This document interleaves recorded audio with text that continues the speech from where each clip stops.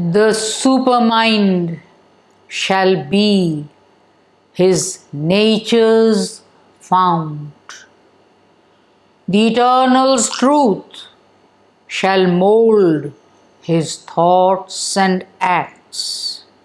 The eternal's truth shall be his light and guide. All then shall change, a mightier order come, overtopping this mechanical universe. A mightier race shall inhabit the mortal's world. On nature's luminous tops, on the spirit's ground, the Superman shall reign as king of life, make earth almost the mate and peer of heaven, and lead towards God and truth man's ignorant heart, and lift towards Godhead his mortality. A power released from circumscribing bounds, its height pushed up beyond death's hungry reach. Life's tops shall flame with the immortal's thoughts. Light shall invade the darkness of its base. Then, in the process of evolving time, all shall be drawn into a single plan. A divine harmony shall be earth's law. Be beauty and joy remold her way to live. Even the body shall remember God. Nature shall draw back from mortality, and spirit's fires shall guide the earth's blind force. Knowledge shall bring into the aspirant thought a high proximity to truth and God. The supermind shall claim the world for light and thrill with love of God, the enamored heart, and place light's crown on nature's lifted head, and found light's reign on her unshaking base. A greater truth than earth's shall roof in earth, and shed its sunlight on the roads of mind. A power infallible shall lead the thought, a seeing puissant govern life and act. In earthly hearts kindle the immortal's fire. A soul shall wake in the inconscient's house. A mind shall be God vision's tabernacle, the body intuition's instrument, and life a channel for God's visible power. All earth shall be the Spirit's manifest home, hidden no more by the body and the life, hidden no more by the mind's ignorance. An unerring hand shall shape event and act. The Spirit's eyes shall look through nature's eyes. The Spirit's force shall occupy nature's force. This world shall be God's visible garden house. The earth shall be a field and camp of God. Man shall forget consent to mortality. and his embodied frail impermanence. This universe shall unseal its occult sense.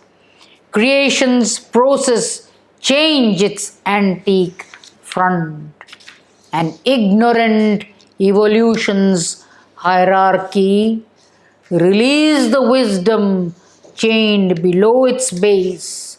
The spirit shall be the master of his world, lurking no more in form's obscurity, and nature shall reverse her actions' rule. The outward world disclose the truth it veils. All things shall manifest the covert God. All shall reveal the Spirit's light and might, and move to its destiny of felicity. Even should a hostile force cling to its reign and claim its rights, perpetual sovereignty, and man refuse his high spiritual fate, yet shall the secret truth in things prevail. For in the march of all fulfilling time, the hour must come of the transcendence will.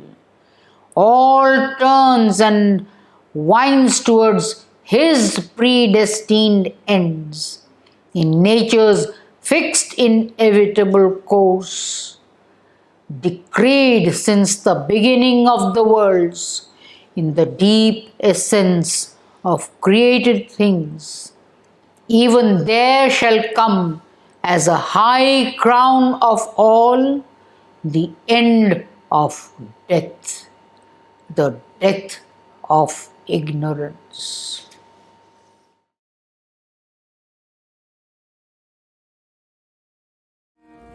Madhuram, madhuram, vadanam, madhuram, nayanam, madhuram, hasitam, madhuram, hridayam, madhuram, gamanam, madhuram, madhuradipati, rakhilam, madhuram, madhuradipati, rakhilam, madhuram, vachanam, madhuram, charitam, madhuram, vasanam, madhuram, valitam, madhuram, chalitam, madhuram, pramitam, madhuram, madhuradipati, rakhilam, madhuram, madhuradipati, rakhilam, madhuram.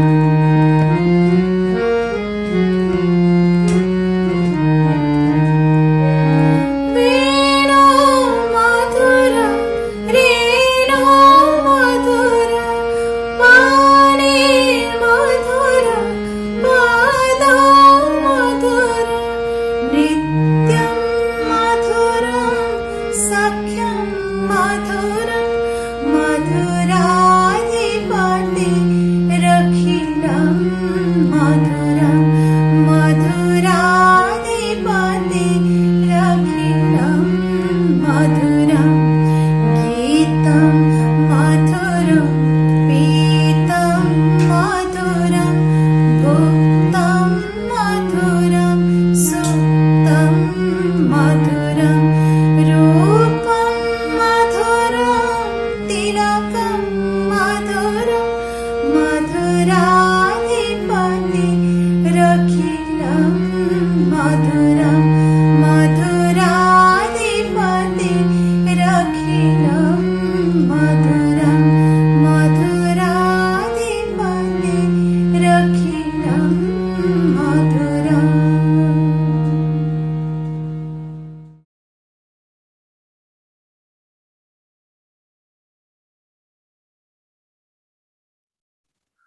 Namaste, Shri Gurubhyo Namaha. I'm very happy to be with you today and connecting with you from the opposite side of the world on this All Orissa Sri Aurobindo Study Circle event, which is the 150th year birth anniversary of our Lord Sri Aurobindo, relative to the 51st All Orissa Sri Aurobindo Study Circle Conference. And the topic is preparing India to be the guru of the world. And I'd like to thank Sri Gadadhar Mishra for contacting me and for arranging this important event overall. And of course, this topic, India as Vishwaguru, and also the teachings of Sri Aurobindo is, of course, quite vast, quite in-depth, quite profound, and something that is very difficult for anyone to address. And in this regard, I can only give my own point of view.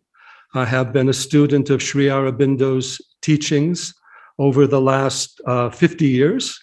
I have been involved in a number of Sri Aurobindo groups, organizations, publications, not only relative to his teachings, but relative to teachings of yoga, Vedanta, Ayurveda, and many other related subjects.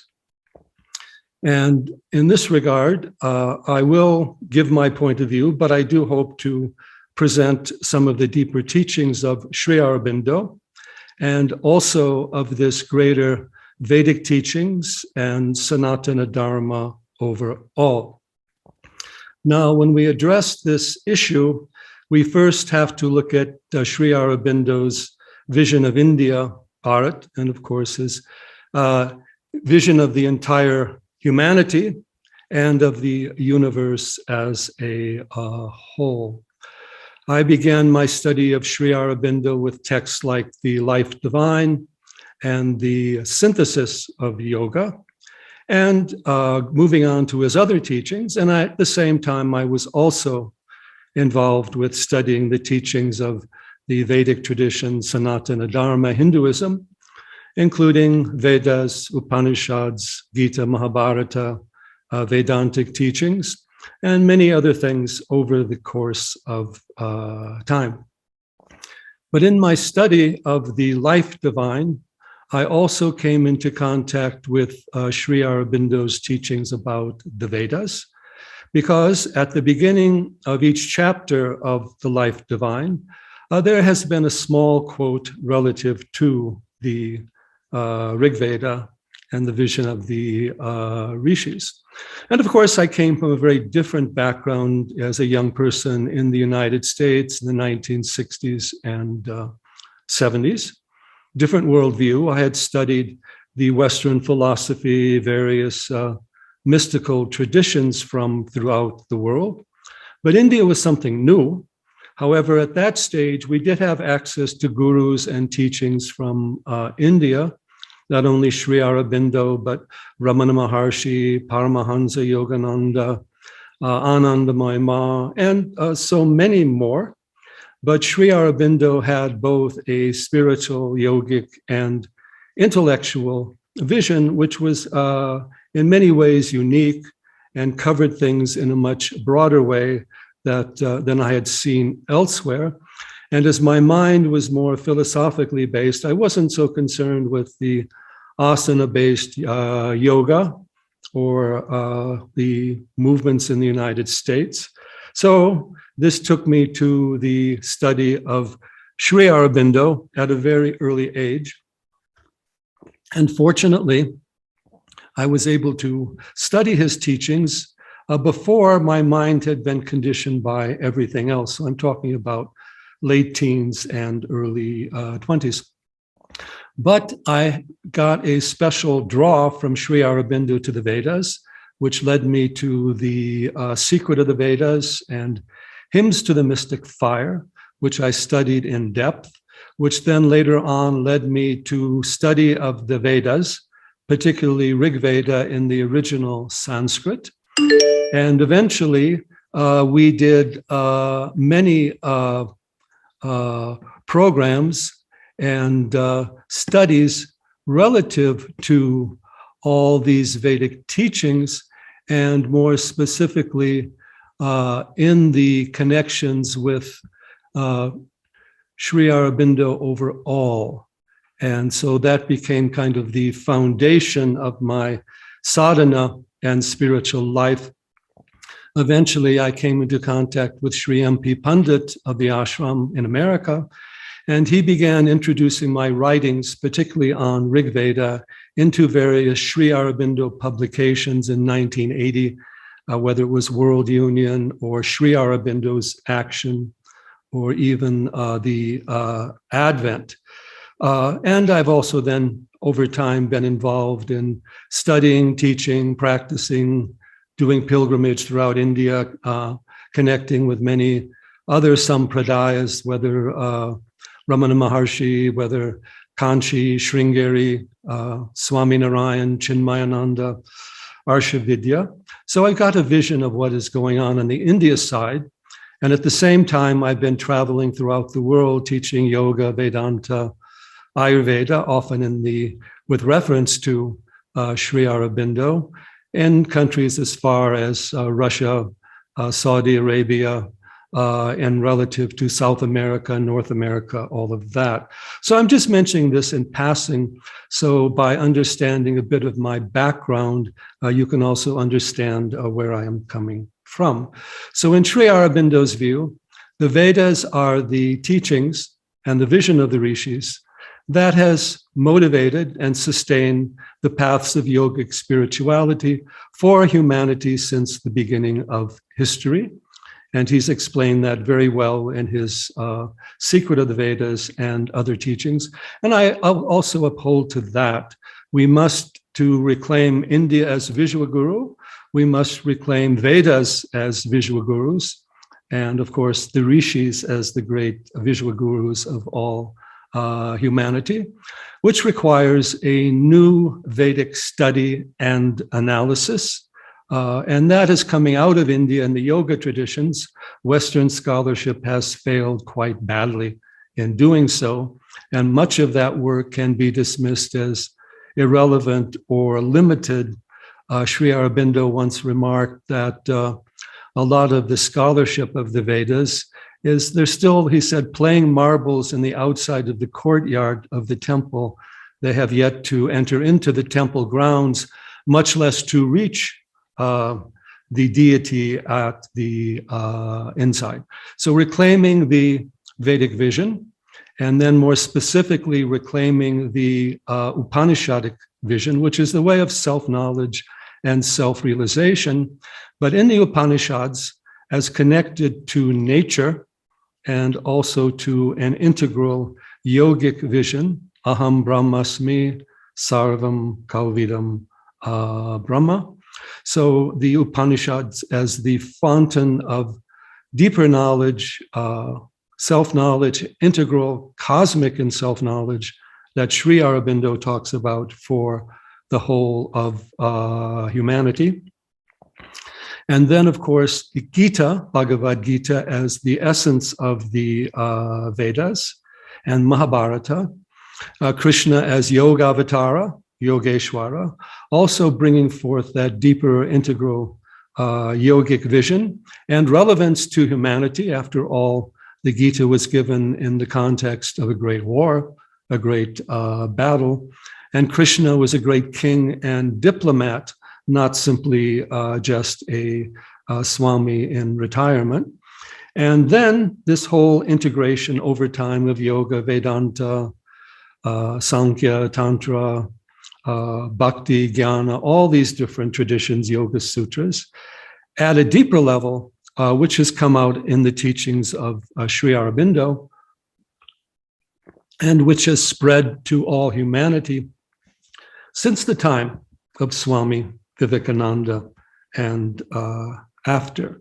The yogic Vedic vision as a universal tradition for all humanity, connecting to the mystical spiritual traditions throughout the world, through indigenous traditions such as we have in North America, through the mystical traditions behind and sometimes opposed to by the other religions of the world.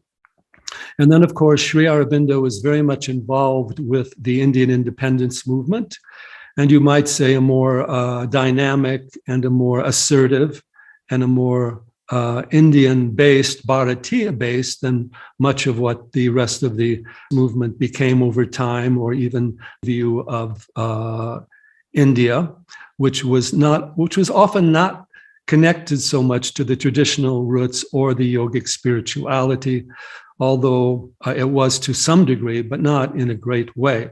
And so now in India today, there is this, particularly under Prime Minister Narendra Modi ji, this movement back towards reclaiming the culture, the traditions, the spirituality of India, not as something regressive from the past, but as a futuristic vision for all humanity, encompassing the modern world, science, technology, global communication, and a yogic view of the universe as pervaded by consciousness and human beings as part of a living universe connected to the transcendent, not simply a material world or a world bound by religious beliefs.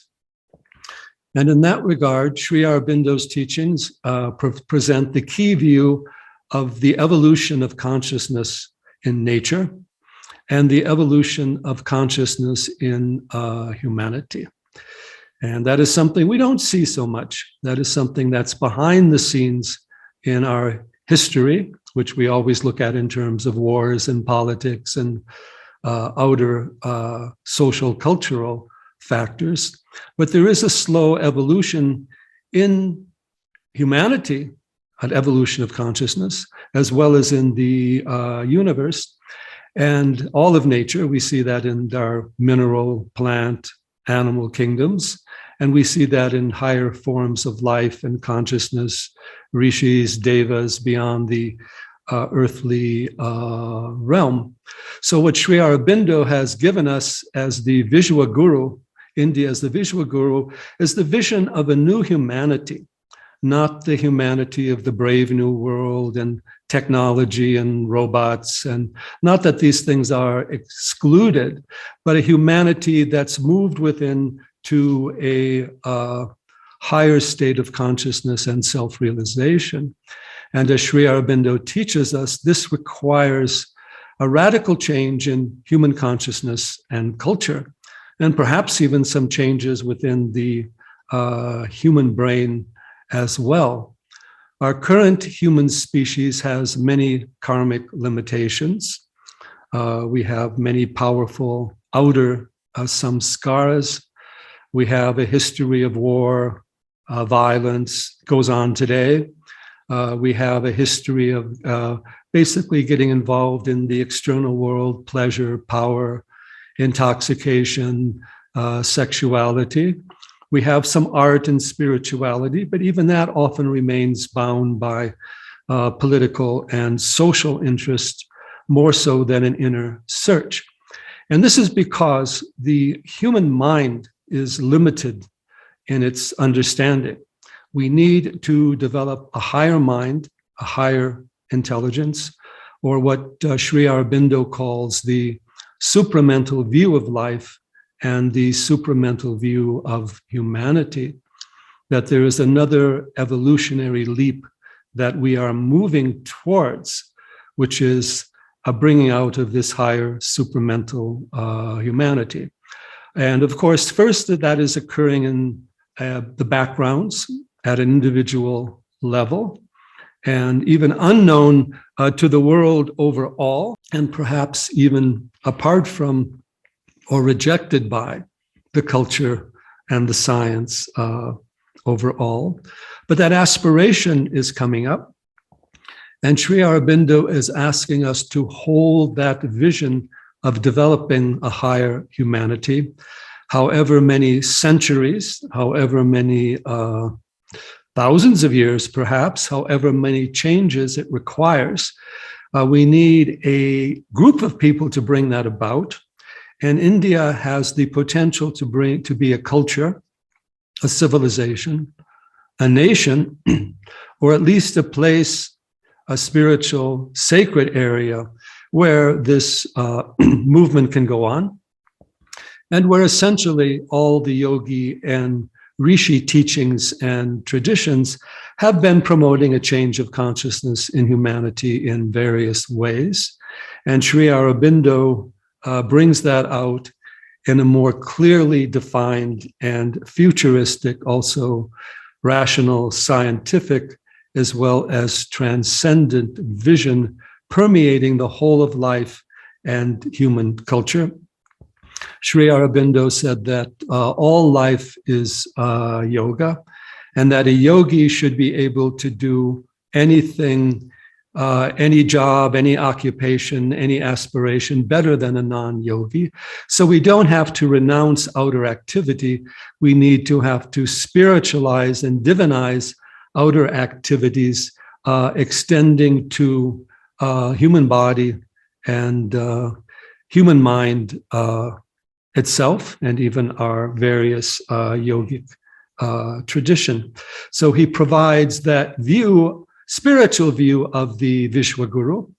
And during his work in the Indian independence movement, Sri Aurobindo also did the emphasis on the work of Sri Aurobindo and his teachings relative to the political, social situation in India, where India needs to be more assertive of its culture, civilization, spiritual values, and integrate yoga and spirituality into science, culture, even politics, economics, and the whole of life. So that is another extremely important vision that is going on. And in this regard, also, we have to mention that the role of technology. Sri Aurobindo didn't live in the era of information technology, but he saw the technology that had developed in Europe. And he was, of course, witness to the Second World War, as well as to the First World War. And his understanding is very clear that technology has a place in the development of humanity. It's a phase we have to move through, but is a phase that we have to spiritualize and address and bring in contact with the evolution of consciousness, science of consciousness through yoga, inner technology through yoga, and defining the human species, not in terms of outer machines, but in terms of inner consciousness. And the role of world unity, he has addressed that quite clearly. We have to unfortunately say there is not a lot of unity in the world today. Of course, we're having wars, we're having social divisions, we're having disease problems, in spite of the fact that we have a technology, information technology, that could unite us more. So to do that, we need to reintroduce yoga sadhana, dharmic values, and a kind of yogic vision of humanity, not just as developing science, technology, politics, business, hegemony of one country or political ideology over all. So that is a much deeper vision. That is, of course, going to be slow to implement. And humanity moves through various crises. We had horrible wars in the 20th century that did lead to greater social, cultural development, scientific development, and some greater unity, at least temporarily. But we also have similar challenges in the 21st century. And it still remains to be seen whether we're going to have major wars or we're going to have outer conflicts, technological issues, social media issues, but be able to move through those and move to a higher unity. But that is only possible if we introduce yoga sadhana, deeper vision like Sri Aurobindo, and a greater appreciation for our global rishi heritage. Sri Aurobindo also taught us to integrate art, poetry, and culture into spirituality.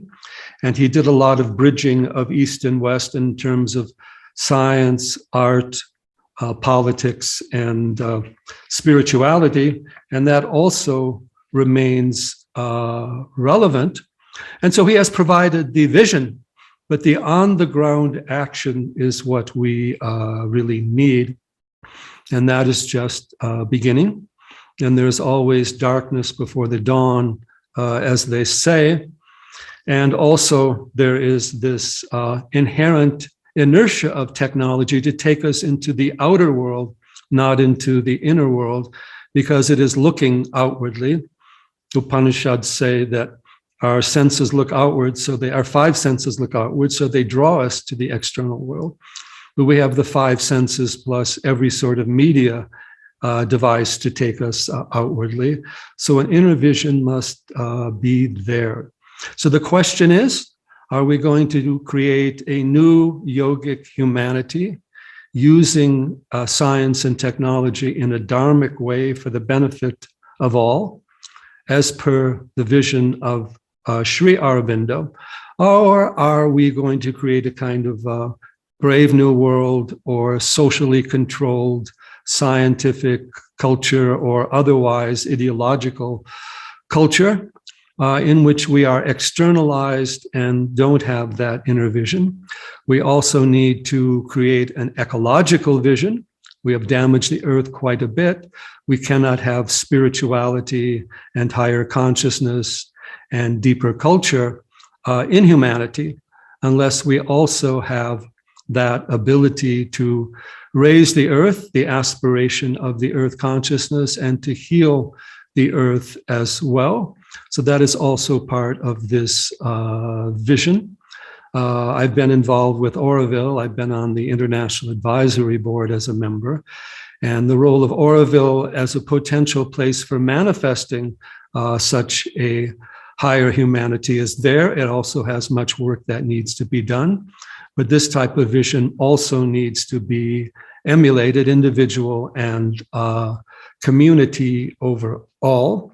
So I would like to summarize in a few words what I have been putting forth, is that Sri Aurobindo has provided that vision of India as the world guru and the yogic Vedantic Vedic teachings, relevance of all the Vedic sciences, including the Ayurveda, including all the Vedangas and the Upavedas, and also remaking them and understanding them in terms of the modern world today and the technological issues that we have, and connecting these globally. There are global yoga Ayurvedic communities throughout the world.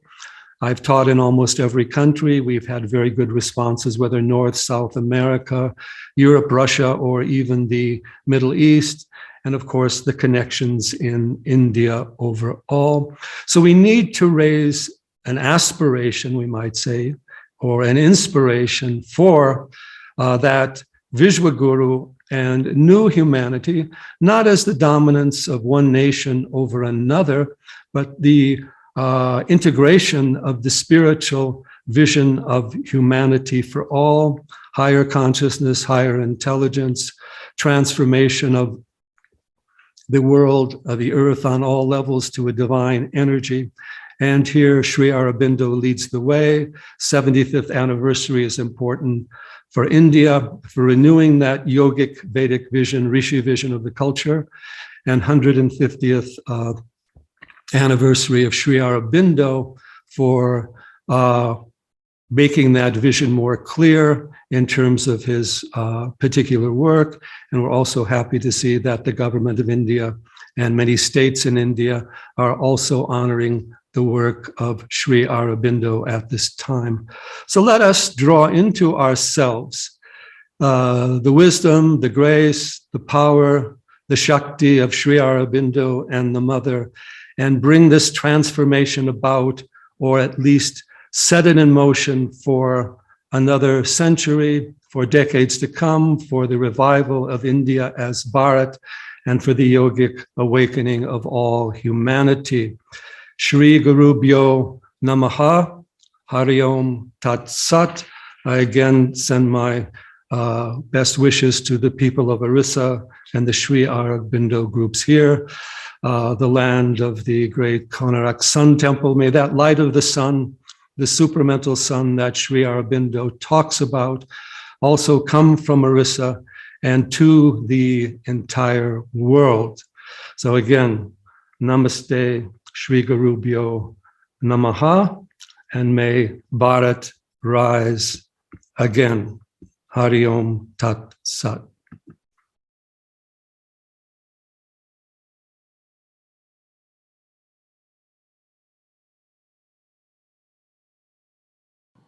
नमस्ते। अक्सर लोग भारतवर्ष को जब देखते हैं बाहर की दृष्टि से, तो उनको भारतवर्ष एक समस्याओं से उलझा हुआ देश नज़र आता है।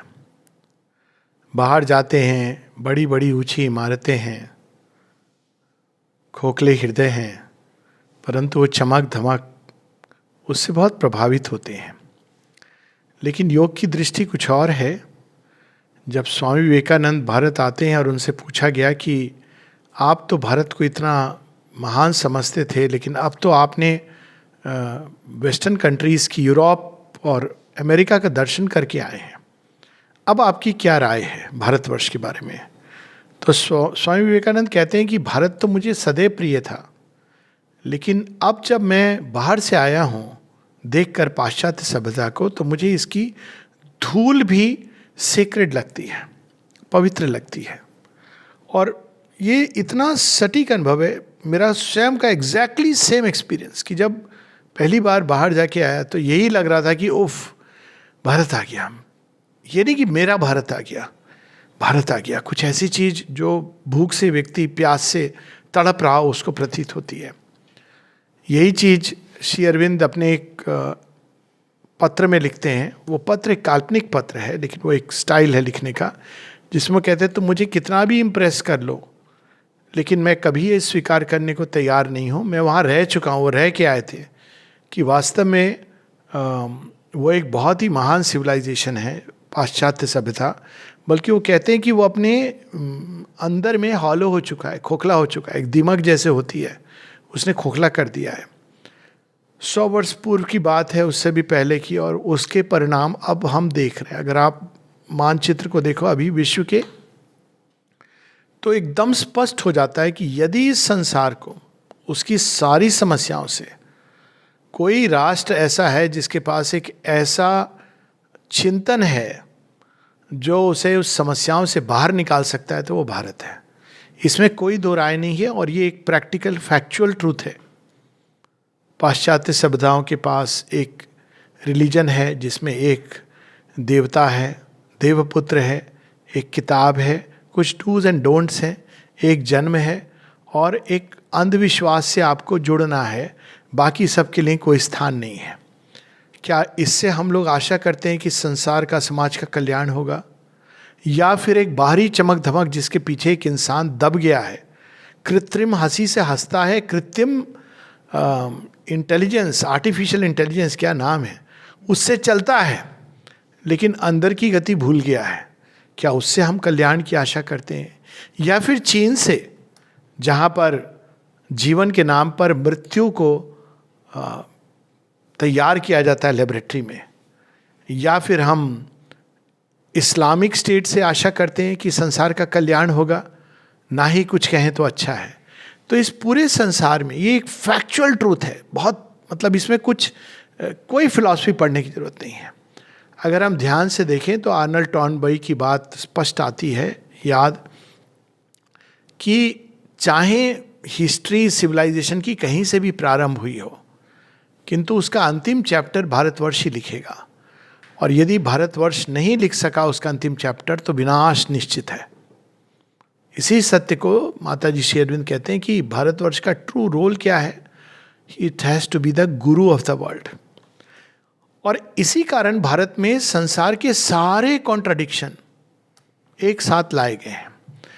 अभी यदि कुछ लोगों ने सुना हो, बड़ी इंटरेस्टिंग स्पीच थी हमारे माननीय प्रधानमंत्री जी की, और उन्होंने एक बड़ी इंटरेस्टिंग बात कही कि यहाँ पर एक और काशी विश्वनाथ संस्कृति भी है, सभ्यता भी है, वहीं दूसरी ओर विज्ञान भी है।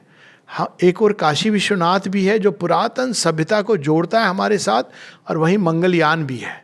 तो ये बिल्कुल सही बात है कि ये भारतवर्ष में ही मिलता है, और ये केवल एक अलग अलग भूमि पर चलने वाली चीज़ें नहीं हैं, इनको जोड़ने की कड़ी भी भारतवर्ष में मिलती है। अगर हम भारतवर्ष को प्राचीनतम समय से देखें, ये संसार क्या है, किन प्रश्नों पर भारतवर्ष ने विचार किया है, वो कोई साधारण प्रश्न नहीं थे, मनुष्य के अंतिम प्रश्न है, शेष प्रश्न है। जब सारे प्रश्नों के उत्तर आपको मिल जाएं तो भी यह प्रश्न है जो आपसे किया जाता है। क्या प्रश्न है वो? हम कौन है? रेसिज्म का परफेक्ट सॉल्यूशन। लोग कहते हैं डोंट बी रेसिस्ट। कैसे ना रहें रेसिस्ट यदि हम रंग के आधार पर मनुष्य के सभ्यता का निर्णय करते हैं, और दूसरी ओर हम ये पाठ पढ़ाते हैं कि हम रेसिस्ट ना बने? कैसे नहीं रहेंगे? यदि हम मनुष्य का मूल्यांकन उसके अंदर कितना धन है उसके पर्स के अंदर, उसके हिसाब से करते हैं, यदि हम उसकी हैप्पीनेस का मूल्यांकन, कुछ समय पहले एक सर्वे आया था, happiest people in the world, इससे करते हैं कि उसके पास कंफर्ट लेवल्स कितने हैं, सुख भोग के साधन कितने हैं, जिसके द्वारा नेचुरल है मनुष्य कंफर्ट महसूस करता है। उस कंफर्ट को, उस क्षणिक संतोष को यदि हम सुख समझते हैं, तो स्वाभाविक है कि मनुष्य के अंदर ये वृत्तियां रहेंगी। किंतु भारतवर्ष ने इनका एक समुचित उपाय उस काल में ढूंढा है। जिस दिन हम जान जाते हैं हम कौन हैं, उस दिन हम देखते हैं कि जो हम हैं वही सबके अंदर है, और वही अलग अलग ढंग से सबके अंदर प्रकट हो रहा है। तो ये पहला प्रश्न। दूसरा प्रश्न, हमें किसने बनाया, सृष्टि को किसने बनाया? मूलभूत प्रश्न। इस प्रश्न का उत्तर कहीं नहीं मिलता। आप चले जाइए वेस्टर्न सभ्यता में पढ़िए तो बाइबल ऐसा कहेगी कि भगवान थे, 6 दिन उन्होंने संसार को बनाया, 7वें दिन उन्होंने रेस्ट किया, तो संडे हो गया, और 6 दिन में उन्होंने सब कुछ बना दिया। तो अब ये अलग बात है कि उसका उस सब के पीछे एक गूढ़ अर्थ है वो, लेकिन उसकी भी चाबी भारतवर्ष के पास है। उस समझ से उसका अर्थ भी भारत समझा सकता है। और इसी प्रकार से अगर हम कोई भी इसको पढ़ें, जो भी सभ्यताओं का और साइंटिफिक जो साइंस की जो उपलब्धि है, उसके अनुसार जो चिंतन है, उसके अनुसार तो मनुष्य कुछ नहीं है, मिट्टी है। तो मिट्टी का मोल क्या? मिट्टी के बारे में इतनी वो गीत है ना, वाई दिस कोलावरी, मिट्टी के ऊपर इतना बड़ा हंगामा क्यों? मिट्टी के लिए झगड़ा क्यों?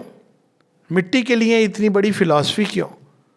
और अगर मिट्टी है और पशु हैं हम, तो पशुचित भी व्यवहार स्वाभाविक है। तो इन सब का उत्तर सृष्टिकर्ता कौन है, हमारा सृष्टि के साथ क्या संबंध है और सृष्टिकर्ता के साथ क्या संबंध है, बड़ा सुंदर उत्तर है। हमारा संसार के साथ वही संबंध हो सकता है, उचित संबंध, जो सृष्टिकर्ता का सृष्टि के साथ संबंध है। दूसरा कोई संबंध नहीं हो सकता। तो ये सारे उत्तर आज से 10,000 वर्ष पूर्व भारतवर्ष के पास रहे, और उन्हीं उत्तरों को अध्यात्म का नाम दिया गया।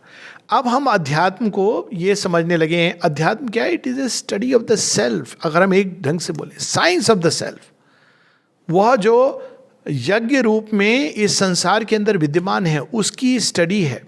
अब ये और बात है कि आध्यात्मिक नाम सुनने से हमको एक कल्ट, एक स्थान जहाँ कुछ टेक्निक सिखाई जाती, ये सब अध्यात्म का इससे कोई कई बार दूर दूर तक लेना देना नहीं है। माता जी कहती हैं कि you may do meditation, you may do rajyogic exercises, hatha yogic exercises, but it may have nothing to do with spirituality. आध्यात्मिक जीवन एक नई दृष्टि है, एक नए ढंग से संसार को देखना, एक नए ढंग से स्वयं को समझना, एक नए ढंग से एक नया संबंध जोड़ना, ये अध्यात्म है। जिस भी मार्ग से आप जोड़ें वो एक अलग बात है, लेकिन ये एक नई दृष्टि और एक सृष्टि के साथ नया संबंध। तो स्पिरिचुअलिटी, श्री अरविंद कहते हैं, मास्टर की है इंडियन माइंड की। दूसरी धर्म, वह अध्यात्म, वह सत्य कैसे इस सृष्टि के साथ जुड़े हैं, वो है धर्म। ये दूसरी कड़ी है। और इसी इन दोनों कड़ियों के साथ जो कुछ भी हम पूरा हमारा मनोविज्ञान ये सब कुछ, और तीसरी एक चीज है योग भारतवर्ष की। योग वह चीज है जो हमको इस जीवन को आध्यात्मिक जीवन से उच्चतर जीवन से जोड़ती है। ये तीन भारतवर्ष के पास ऐसी संपदा है जिनका कोई पैरेलल नहीं है पूरे विश्व के इतिहास में, आध्यात्मिक इतिहास में, और किसी भी प्रकार की आप फिलॉसफी पढ़ लीजिए, इनका कोई पैरेलल नहीं है। अध्यात्म, धर्म और योग। किंतु, और इसीलिए भारतवर्ष की नियति है गुरु बनना। किंतु हम गुरु कैसे बनेंगे यदि हम स्वयं नहीं जानते कि हमारे पास क्या निधि है। हम लोगों की अवस्था इस प्रकार की है कि हमारे पास पापा का दिया हुआ क्रेडिट कार्ड है लेकिन पासवर्ड नहीं है। क्यों नहीं है? क्योंकि पासवर्ड पापा के पास है और पापा से कांटेक्ट करना हम नहीं जानते हैं। तो हमारे पास क्रेडिट कार्ड है, उसमें अनलिमिटेड अमाउंट है, पर हम उसको यूज नहीं कर सकते उस करेंसी को। या हम ये कह सकते हैं कि हमारे पास एक यूनिवर्सल पासपोर्ट है, लेकिन उस पासपोर्ट में हमारी अपनी पहचान वहां गलत लिखी है। श्री अरविंद ये कहते हैं फॉल्स पर्सोनेज। पासपोर्ट है, भारत का पासपोर्ट है, आपका जो चित्र है वो मैच नहीं करता है, आप कहीं नहीं जा सकते। पासपोर्ट है, यूनिवर्सल पासपोर्ट, लेकिन उसमें पहचान क्या लिखी है? मैं फला फला, मेरा नाम ये, मेरा सरनेम ये, मेरी ज्योग्राफी ये, मेरी हिस्ट्री ये उस पासपोर्ट पे वैलिड नहीं है। यूनिवर्सल पासपोर्ट पे केवल एक चीज लिखी जाती है, ममय वांश, किसके हम पोर्शन हैं, किसके हम शिष्य हैं, किसके हम अंश हैं, यह वहाँ पर वैलिड होता है। यह हमारी अवस्था है। तो गुरु बनने के पहले हमें उस सत्य को फिर से हासिल करना है जो हम कहीं खो चुके हैं, हमारी अंदर खो चुके हैं। किताबें बहुत है भारतवर्ष के पास, बाद में इतनी मीमांसाएं हुई, इतनी चर्चाएं हुई, इतने डिबेट हुए, डिस्कशन हुए, बहुत सारी टीका टिप्पणी हुई। तो हमारे पास पुस्तकों की कमी नहीं है, उत्तरों की कमी नहीं है, लेकिन जब हम उन उत्तरों को पढ़ते हैं तो खो जाते हैं, क्योंकि हमको ये नहीं पता कि ये कहाँ से शुरू हुआ था। पढ़ के देखिए आप, नाम नहीं लूँगा, ऐसे ऐसे टीकाकार हैं। जब एक यंग एज में मैंने पढ़ना शुरू किया कुछ एक टीका, तो अंत में ये लगता है ये कहना क्या चाह रहे हैं और क्यों कहना चाह रहे हैं। तो तब ये बाद में इसका रिवर्स प्रोसेस पता चला कि ये शास्त्र ऐसे नहीं जन्मे थे कि मन की भूमि पर किसी ने कहा let us think about it. ये शास्त्र जिस तरह से जन्मे थे उसी तरह से उनको रिकवर किया जा सकता है। कैसे जन्मे थे? कुछ मनुष्य थे उस भूखंड में जिसको आज हम भारत कहते हैं, क्योंकि इसकी नियति थी, वो खोज रहे थे, वो खोजी थे, वो पूर्वाग्रह से भरे मनुष्य नहीं थे। उन्होंने कोई किताब नहीं पढ़ी थी, लेकिन वो स्वयं को पढ़ते थे। मैं कौन हूँ? अचानक इस प्लैनेट पर कैसे मैं प्रकट हो गया हूँ? और चूंकि उनके पास किताबें नहीं थी, उनके पास साधन नहीं थे, जो कुछ था वो श्रुति के द्वारा था, स्मृति के द्वारा था। आप वेदों में देखिए, वेदों में जो ऋषि कहते हैं ऐसा हमने अपने पूर्वजों से सुना है। फोर फादर्स कहते नहीं है कौन है फोर फादर्स, ऐसा हमने अपने पूर्वजों से सुना है।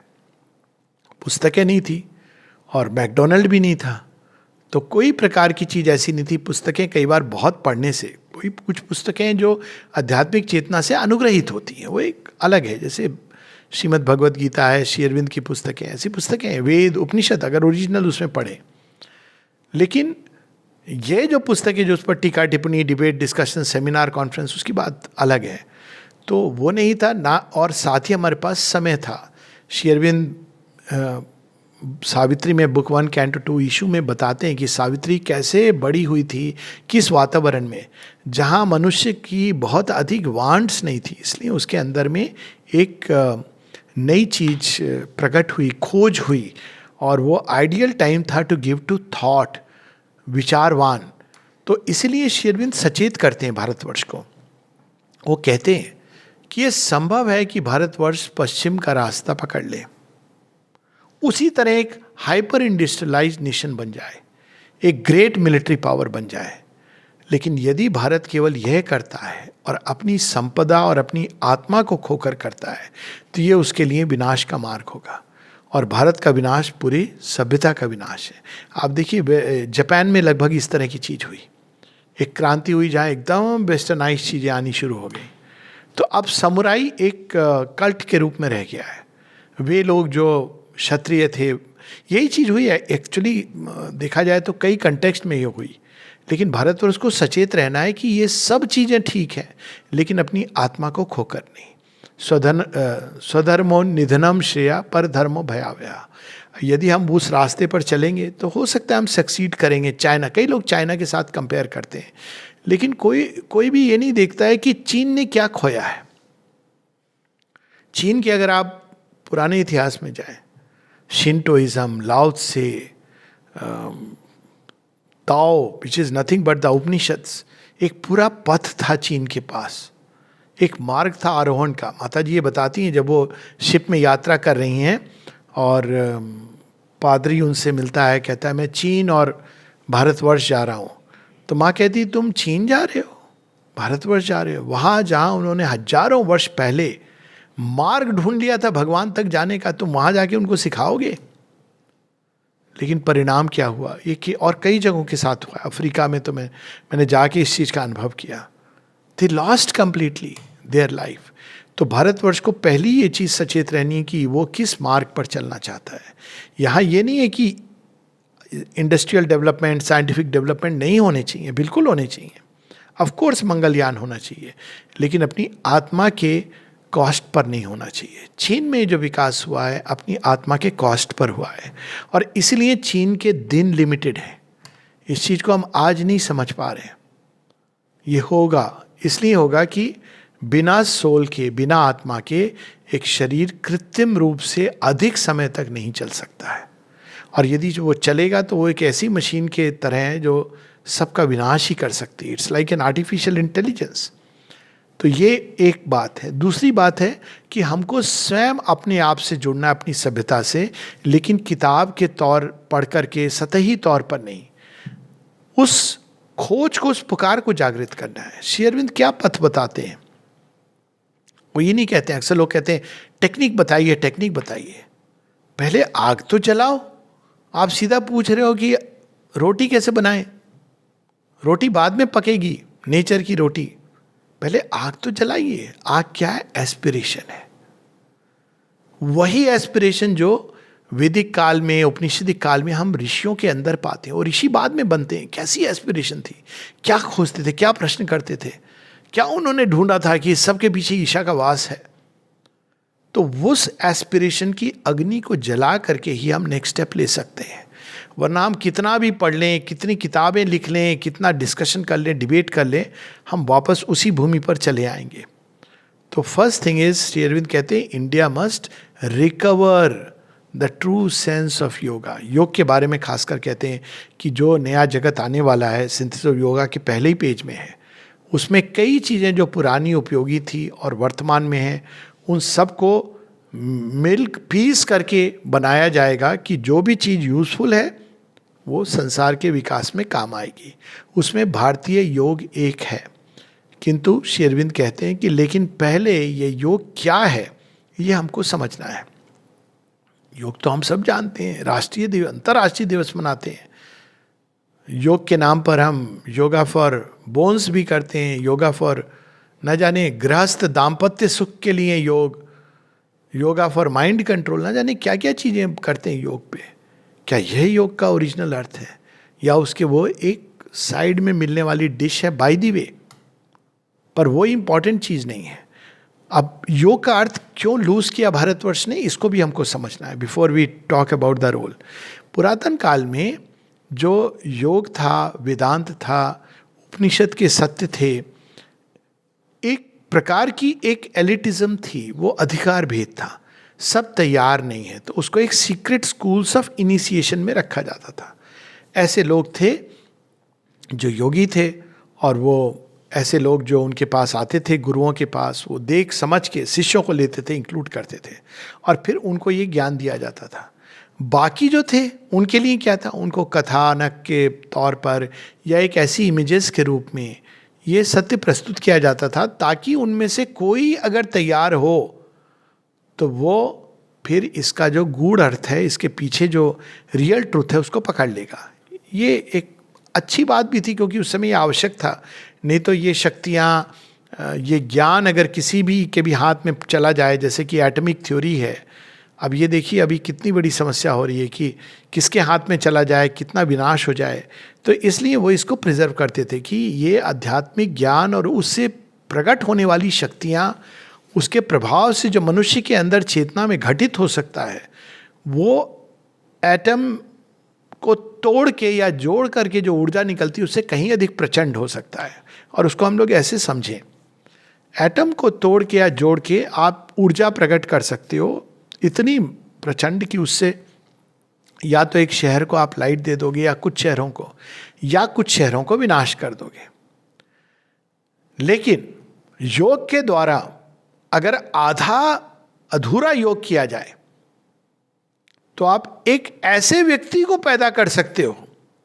श्री अरविंद हिटलर के बारे में कहते हैं, he is a half baked mistake, जो रास्ता भटक गया, एक जगह वो कहते हैं। रावण एक योगी था प्रारंभ में, लेकिन जब रास्ता उसने भटका तो पूरे आर्यवर्त को उसने दहला दिया। उसको एटम बम की जरूरत नहीं थी, उसने सभ्यता का विनाश करना शुरू किया। एटम बम से आप एक जगह विनाश करोगे, जापान में आपने एक फिजिकल स्पेस नष्ट की, क्या हुआ उसके बाद? लोग उठ खड़े हुए, क्योंकि सभ्यता इंटैक्ट थी, सिविलाइजेशन इंटैक्ट था, आत्मा इंटैक्ट थी।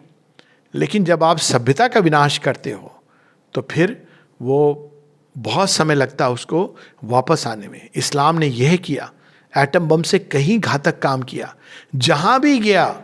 और सेम थिंग क्रिश्चियनिटी के बारे में, जहां भी गया उसने सभ्यताओं का विनाश करना शुरू किया, और उस विनाश से आज तक मनुष्य नहीं निकल पाया है। इतना भयंकर विनाश किया, लोगों के अंदर इस तरह के विश्वास या विश्वास के बीज बो दिए, नरसंहार किया, ल्योर देकर कन्वर्ट किया। तो अब समझ जाइए कौन थे ये लोग? योगी थे प्रारंभ में, लेकिन हाफ बेक्ड योगी थे।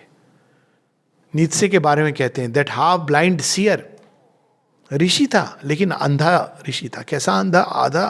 आधा सत्य देखा उसने। क्या सत्य देखा? मनुष्य की सत्ता का अतिक्रमण होगा, लेकिन उसने एक असुर को वहां बैठा दिया। अतिक्रमण होगा, बहुत अच्छी बात है, सत्य है ये, लेकिन कैसा होगा? एक मनुष्य जिसके अंदर केवल एक पावर की विल रहेगी, ज्ञान नहीं होगा, प्रेम नहीं होगा, क्योंकि संसार में पावर की ही विजय होती है। तो जो आने वाला मनुष्य वो पावर का मनुष्य होगा। ये नीति से नहीं, तो श्री अरविंद उसको कहते हैं हाफ ब्लाइंड सीयर। सच देखा उसने, आधा सच। ऑफ कोर्स पावर होगी उस मनुष्य के अंदर जो मनुष्य के ऊपर जाएगा, लेकिन उस पावर के पीछे ज्ञान का आधार होगा, प्रेम का संकल्प होगा, केवल पावर नहीं होगी, यूनिटी का पर्याय होगा। तो ये सारी यूनिटी का अर्थ होगा उसके, वो पावर का यूज इस प्रकार से करेगा। तो हमको आधा अधूरा योग को समग्रता से देखना है।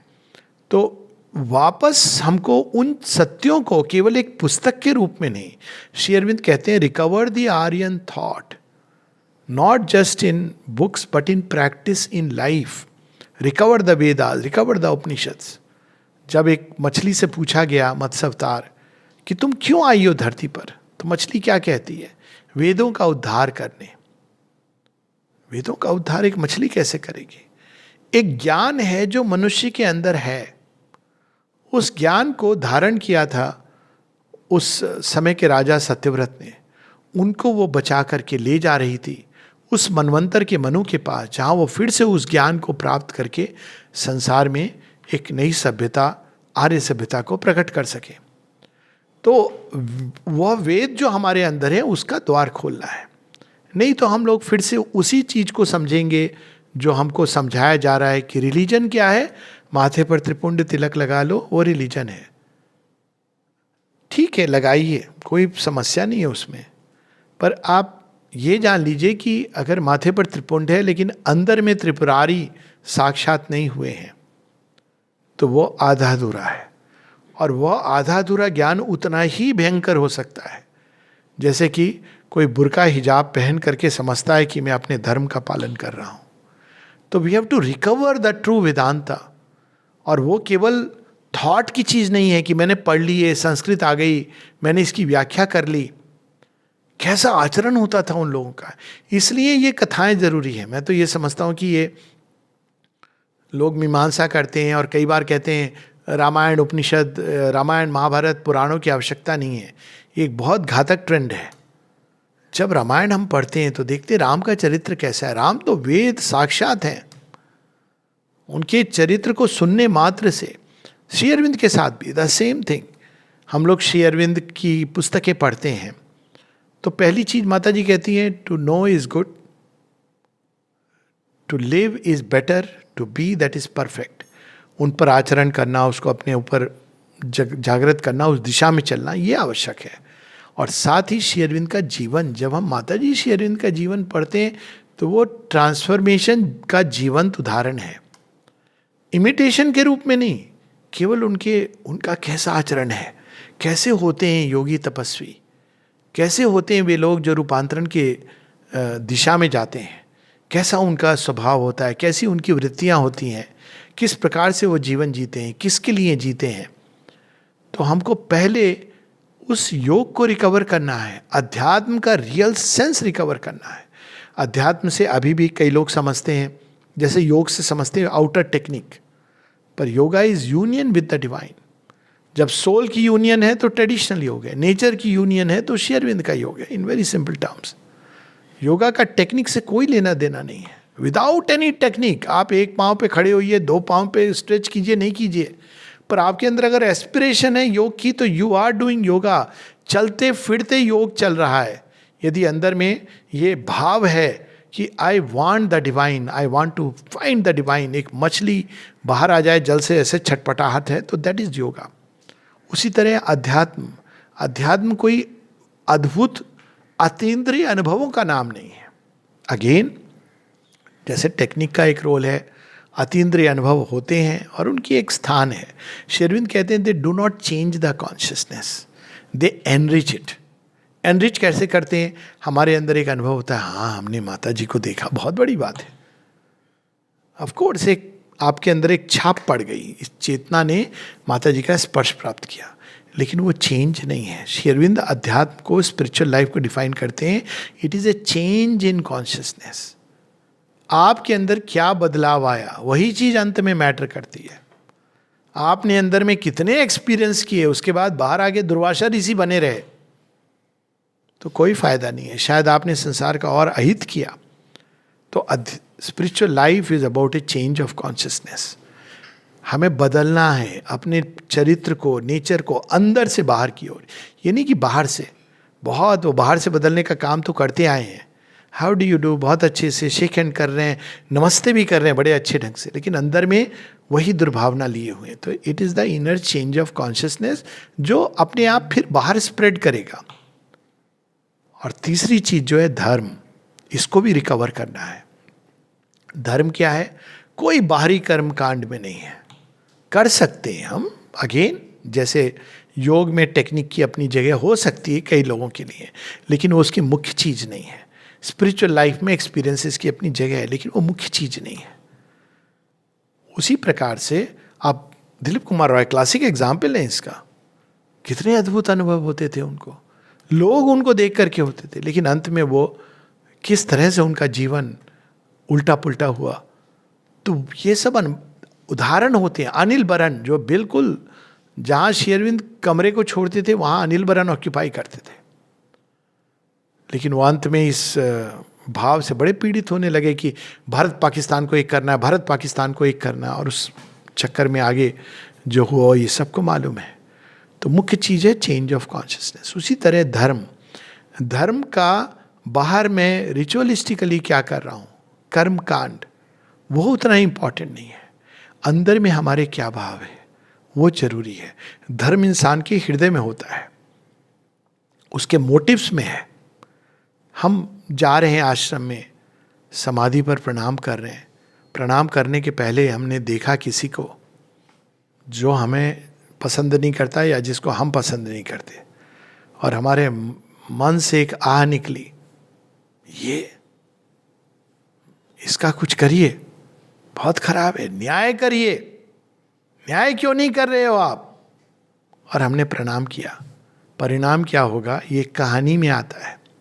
एक व्यक्ति ऐसा करता था माता जी से प्रे, तो माता जी उस जिसके लिए प्रे करता था इसका अहित हो, उसका और अच्छा होने लगा, जाके माता जी से कहता है, माँ ये क्या हो रहा है? कहती तुम मुझे उसके साथ जोड़ रहा है, तो उसका हित नहीं होगा तो क्या होगा? एक और व्यक्ति को मैं जानता हूं, काली आ जाए, काली आ जाए, उसका नाश हो, उसका नाश हो। खुद ही बीमार पड़ गए, मृत्यु शैया पे आ गए, पूछने लगे मुझसे कि क्या हुआ? मैंने कहा काली को बुला रहे हैं, तो पहले तो वो हमें ठीक करेंगी, उसके बाद कहीं और जाएंगी। तो इसीलिए हमको बहुत बहुत अधिक सचेत होना चाहिए। धर्म वह मार्ग है, वह पथ है जो हमको भगवान से जोड़ता है, और कोई उसकी परिभाषा नहीं है, उसका कोई बाहरी डेफिनेशन नहीं है कि भाई ड्यूटी टुवर्ड्स पेरेंट्स, माता पिता, वो धर्म कर रहा है, बहुत धार्मिक व्यक्ति है, रोज मंदिर जाता है, रोज वहाँ जाके 6 घंटे बैठ जाता है, काम करता है, माता पिता की सेवा कर रहा है। ये सब ठीक है, अच्छी बात है, ये नहीं कि बुरी बात है, लेकिन धर्म वो है जो हमको भगवान से जोड़ता है। यदि माता पिता की सेवा करके हम भगवान से जुड़ रहे हैं, बाय ऑल मीन्स। यदि उनसे दूर जाके हम भगवान से जुड़ रहे हैं तो बाय ऑल मीन्स।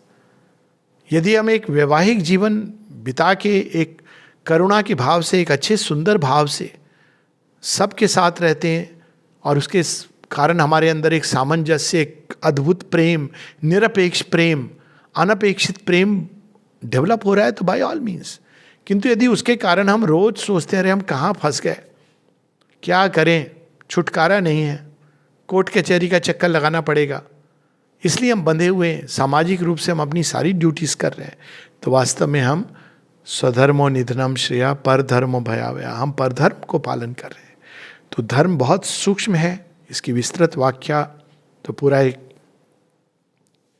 हफ्ता कम होगा, लेकिन धर्म वह है, वह कर्म, वह विचार, वह भाव, वह संकल्प जो हमको भगवान से जोड़ता है, और वह हर व्यक्ति के अंदर उसकी जो प्रगति है, उसकी जो स्टेज है उसके अनुसार, उसकी जो नियति है उसके अनुसार, उसके अंदर जो सत्यता है उसके अनुसार स्वयं को प्रकट करता है।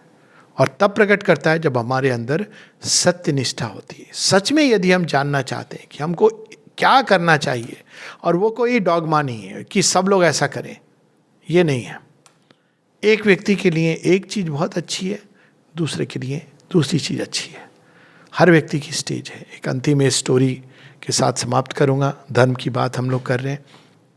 एक यहाँ पे सज्जन थे, या पहले हम दूसरा कर लें, कुछ लोग प्रणाम पे नहीं जा रहे माता जी के, ये नहीं, तो श्री अरविंद कहते हैं कि तुम क्यों नहीं आते हो? माता जी स्वयं कहती हैं कि प्रणाम एक फॉर्मेलिटी नहीं है, दर्शन एक फॉर्मेलिटी नहीं है, ये एक सत्य है, इससे तुम्हारा अपना आध्यात्मिक लाभ होगा, ये सब बताते हैं। साथ ही कहते हैं ये कंपल्शन की चीज नहीं है, ये तुम्हारे अंदर में ये भाव आना चाहिए। तो एक प्रकार से उसमें है कि it is good for you. वहीं दूसरी ओर एक सज्जन थे जो नहीं जाते थे, कभी दर्शन के दिन नहीं जाते थे, और उनको अपने जिस दिन जाना है सब पता चल गया था, योगी थे अपने आप में। तो वो किसी ने माँ से कहा, देखिए उनको आते नहीं कभी, कहते हाँ उसका आवश्यकता नहीं है, मैं सतत उसके अंदर निवास करती हूँ और वह सतत मेरे अंदर निवास करता है। अब आप किसी एक को आप नियम नहीं बना सकते, आपका अंदर का सत्य क्या है ये देखना है। तो वह धर्म है जो हमको भगवान से जोड़ता है। तो ये सब चीजें हमको रिकवर करनी है अपने अंदर, जीवंत सत्य के रूप में, एक इंटेलेक्चुअल थॉट के रूप में नहीं। और वो तभी संभव है जब हम उस मार्ग पर चलेंगे। योग की किताब पढ़ने से योग नहीं होता, दूसरों के आध्यात्मिक अनुभव सुनने से हमारे अंदर कोई परिवर्तन नहीं होता, और इसी तरह दूसरे के आचरण को इमिटेट करने से हम धर्म के आचरण को नहीं कर रहे हैं। उसके सत्य को पकड़ना है, जागृत करना है, और इसको जैसे जैसे हमारे अंदर जागृति होगी वैसे वैसे इसको वितरित करना है प्रसाद के रूप में। किसी एम्बिशन के तहत नहीं कि India has to become Guru of the world, चलो हम सबके पास जा कर के एक ढोल नगाड़ा पीटे। नहीं, ढोल नगाड़ा पीट के नहीं होता है, उपस्थिति ही काफ़ी होती है। एक वाक्य काफी होता है। चेतना का चेंज वही आवश्यक है और वही काफी होता है, पर्याप्त होता है। नमस्ते। हमारी साइलेंस और speech both should be capable of helping the world. नमस्ते।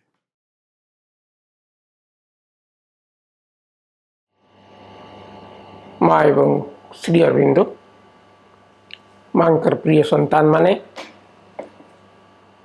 एप्रिल कॉन्फ्रेंस ए वर्ष भी ऑफलाइन नहीं पारला नहीं एवं से आम को ऑनलाइन रे ए विषय आलोचना करने को पड़ुछि।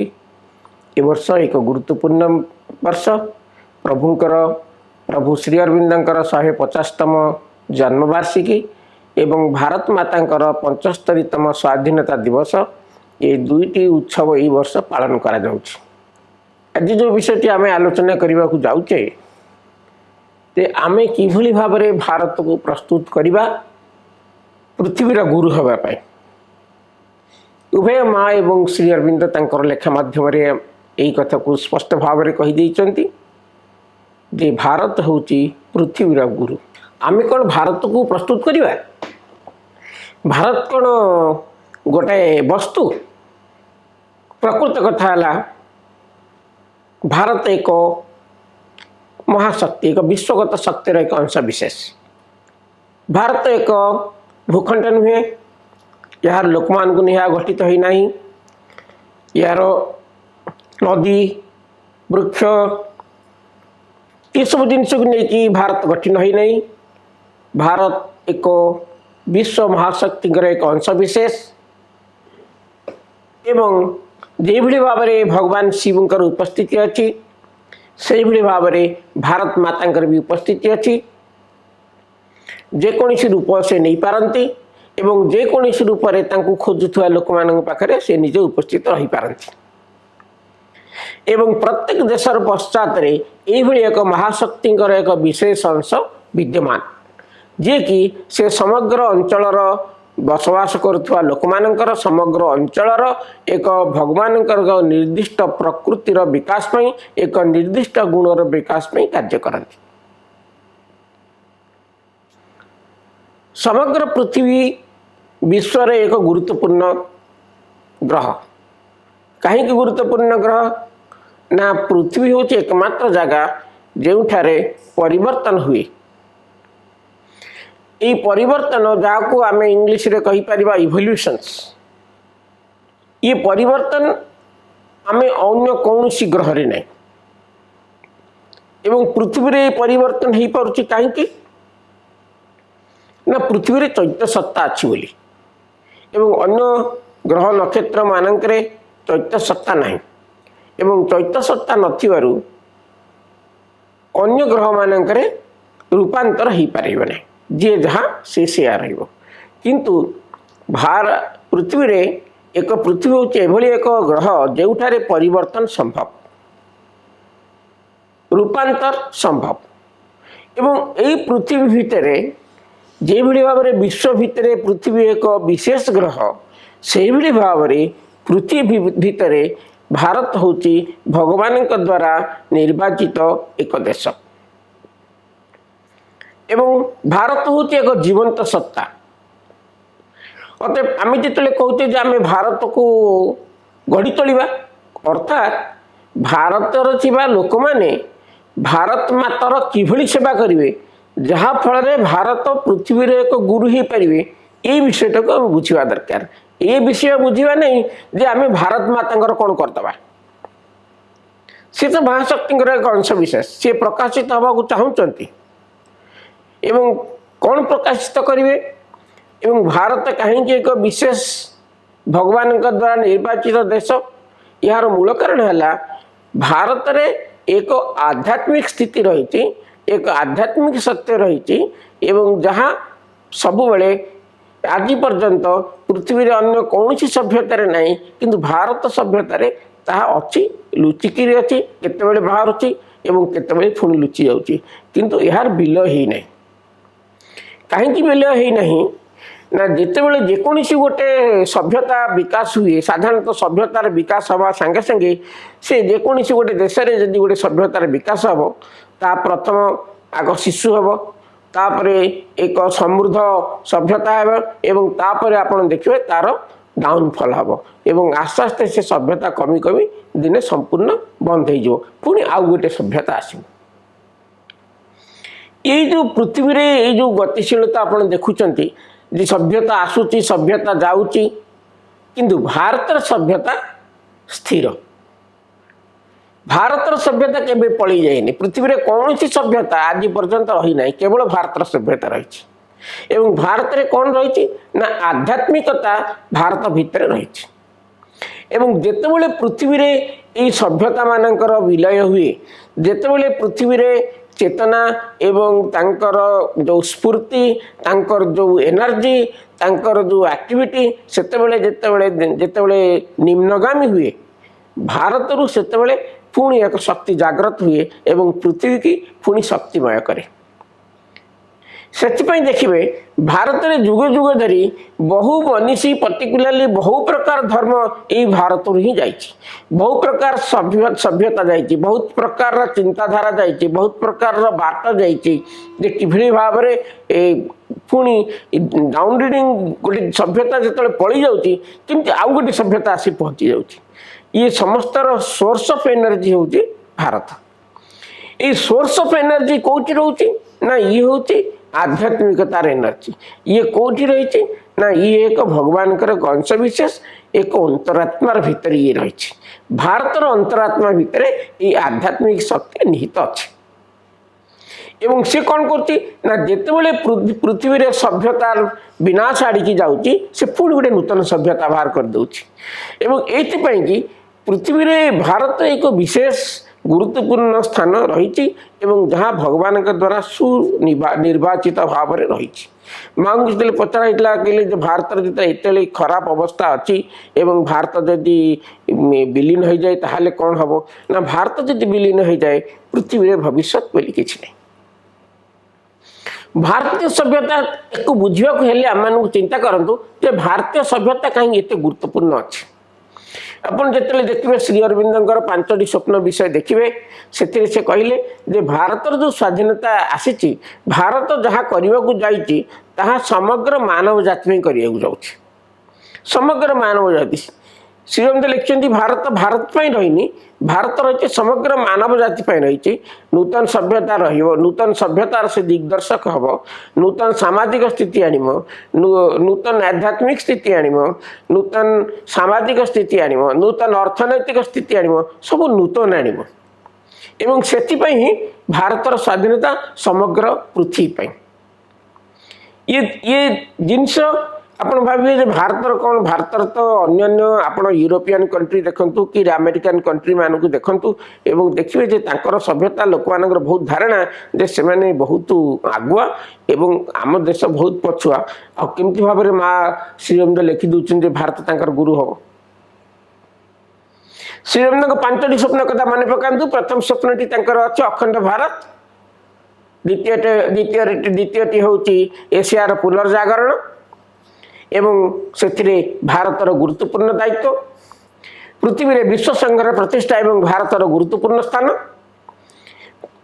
चतुर्थ अच्छी पृथ्वी रे आध्यात्मिकतार प्रकाश भारतीय आध्यात्मिकार विकास एवं समग्र पृथ्वी रे व्याप्त होगा एवं पंचम अच्छी एक रूपांतर कार्य जहाँकि माँ श्रीअरविंद योगर मौलिक लक्ष्य आज आप देखिए जितेबाला आप देखिए जे आपणकर वेस्टर्न आइडियाज आमर ईस्टर्न आइडियाज भारतर कल्चर कौन गोटे विशेषत्व रही एवं आप देखिए जे यूरोपियन कल्चर विशेषत्व कौन रही यूरोपियन कल्चर गोटे विशेषत्व है कौन ना ता सब जो हाईएस्ट थिंकिंग है कौन ना लिबर्टी फ्रेटर्निटी समस्त फ्रीडम बंधुत्व फ्रीडम किंतु आपण देखंतु ये जो किंतु कमर्शियलिज्म ସବୁ ଜିନିଷ ତାଙ୍କର କମର୍ସିଆଲିଜିମ୍, ସବୁ ଜିନିଷଟାକୁ ଅଲ୍ଟିମେଟଲି ଯାହା ବି ତାଙ୍କର ହାଇଏଷ୍ଟ ଚିନ୍ତାଧାରା ଅଛି, ତାଙ୍କର ଯେଉଁ ହାଇଏଷ୍ଟ ଚିନ୍ତାଧାରା ଅଛି କିଛି ଖରାପ ନୁହେଁ। ଧରନ୍ତୁ ଆପଣ କହିବେ ଯେ ଲିବର୍ଟିଟା କ'ଣ ଖରାପ କି? ନା, ଲିବର୍ଟି ଖରାପ ନୁହେଁ। ଆପଣ କହିବେ ଇକ୍ୱାଲିଟିଟା କ'ଣ ଖରାପ କି? ନା, ସମତା ବି ଖରାପ ନୁହେଁ। ଆପଣ କହିବେ ବ୍ରଦରହୁଡ୍ କ'ଣ ଖରାପ? ନା, ଭାତୃତ୍ୱ, ତିନିଟା ଦିକ ତ ଭଲ ଜିନିଷ। କିନ୍ତୁ ପାଶ୍ଚାତ୍ୟ ଦେଶରେ କ'ଣ ହେଇଛି ନା, ଏଇ ଯେଉଁ ତାଙ୍କର ହାଇଏଷ୍ଟ ଚିନ୍ତାଧାରା ଏବଂ ସେଇ ହାଇଏଷ୍ଟ ଚିନ୍ତାଧାରାକୁ ସେମାନେ କ'ଣ କରନ୍ତି ନା, ସେମାନେ ତାଙ୍କର ମନ ପ୍ରାଣ ଶରୀରକୁ ତା ମାଧ୍ୟମରେ ପ୍ରକାଶିତ ହେବାକୁ ଚାହାନ୍ତି। ସେମାନେ ଚାହାନ୍ତି ମନରେ ସ୍ୱାଧୀନତା ଆସିବ, ସେମାନେ ଚାହାନ୍ତି ମନରେ ସମତା ଆସିବ, ସେମାନେ ଚାହାନ୍ତି ମନରେ ଭାତୃତ୍ୱ ଆସିବ। କିନ୍ତୁ ପ୍ରକୃତରେ ଏଇ ଯେଉଁ ବାହ୍ୟ ଚେତନାରେ ସେମାନେ ରହିବା ଫଳରେ କ'ଣ ହୁଏ ନା, ଇଏ ତିନିଟା ଜିନିଷକୁ ଡିଫର୍ମ ହେଇଯାଏ। ମନ, ପ୍ରାଣ ଏବଂ ଶରୀର ତିନିଟା ଦେଖି କ'ଣ କରନ୍ତି ନା, ନିଜର ସ୍ୱାଧୀନତା କହିଲେ ସେମାନେ ନିଜର ସ୍ୱାଧୀନତା ହିଁ କେବଳ ଦେଖନ୍ତି। ସମତା ଦେଖିଲେ ସେମାନେ ଅନ୍ୟ ସମତା ପାଟିରେ କହିବେ, କିନ୍ତୁ ସେମାନେ ଚାହାନ୍ତି ଯେ ଅନ୍ୟମାନେ ତାଙ୍କଠୁ ଟିକେ କମ୍ ହୁଅନ୍ତୁ। ଭାତୃତ୍ୱ ପାଟିରେ କହିବେ, ଭିତରେ ତାଙ୍କର ଭାତୃତ୍ୱ ନଥାଏ। କାହିଁକି ନଥାଏ? ବାହ୍ୟ ବସ୍ତୁ ଉପରେ ସେ ନିର୍ଭର କରୁଥିବାରୁ ସେମାନଙ୍କର ଅହଙ୍କାର ହିଁ ତାକୁ କଣ୍ଟ୍ରୋଲ କରେ ଏବଂ ଅହଙ୍କାର କଣ୍ଟ୍ରୋଲ କରୁଥିବାରୁ ତାଙ୍କର ସବୁବେଳେ ଏକ କମର୍ସିଆଲିଜିମ୍ ଉପରେ ରହିବ। ଏବଂ କମର୍ସିଆଲିଜିମ୍ରେ ରହିବ କ'ଣ? ନିଜର ଅହଂବାଦ।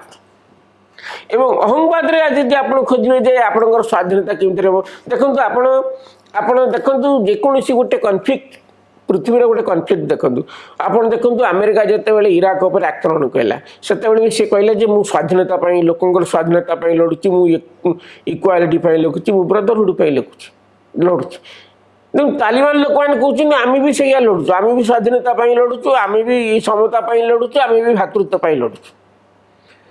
ଏବଂ ଯେତେବେଳେ ରଷିଆ ଯୁଦ୍ଧ କରିବାକୁ ଯେ ସିଏ ବି କହୁଛି ମୁଁ ବି ସ୍ୱାଧୀନତା ପାଇଁ ଲଢ଼ୁଛି, ମୁଁ ବି ସମତା ପାଇଁ ଲଢ଼ୁଛି, ମୁଁ ଭାତୃତ୍ୱ ପାଇଁ ଲଢ଼ୁଛି। କିନ୍ତୁ କେହି ଏ ତିନିଟା ଜିନିଷ ପାଇଁ କେହି ଲଢ଼ନ୍ତି ନାହିଁ, ସମସ୍ତେ ନିଜର ଅହଙ୍କାର ଏବଂ ସ୍ୱାର୍ଥ ପାଇଁ ଲଢ଼ନ୍ତି।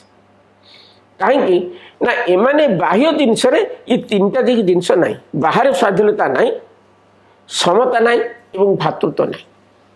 ଏହାର ଅରିଜିନାଲ ସୋର୍ସ କେଉଁଠି ଅଛି ନା, ଅରିଜିନାଲ ସୋର୍ସ ହେଉଛି ଅନ୍ତର୍ନିହିତ ଅନ୍ତରାତ୍ମା ଭିତରେ ଅଛି।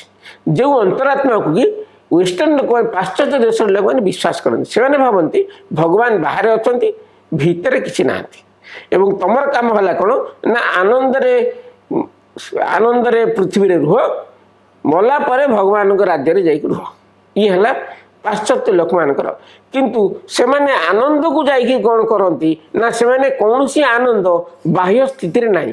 ନା ମନରେ ଆନନ୍ଦ ଆପଣ ପାଇପାରିବେ, ନା ପ୍ରାଣରେ ଆପଣ ପାଇପାରିବେ, ନା ଶରୀର ଭିତରେ ଆପଣ ପାଇପାରିବେ।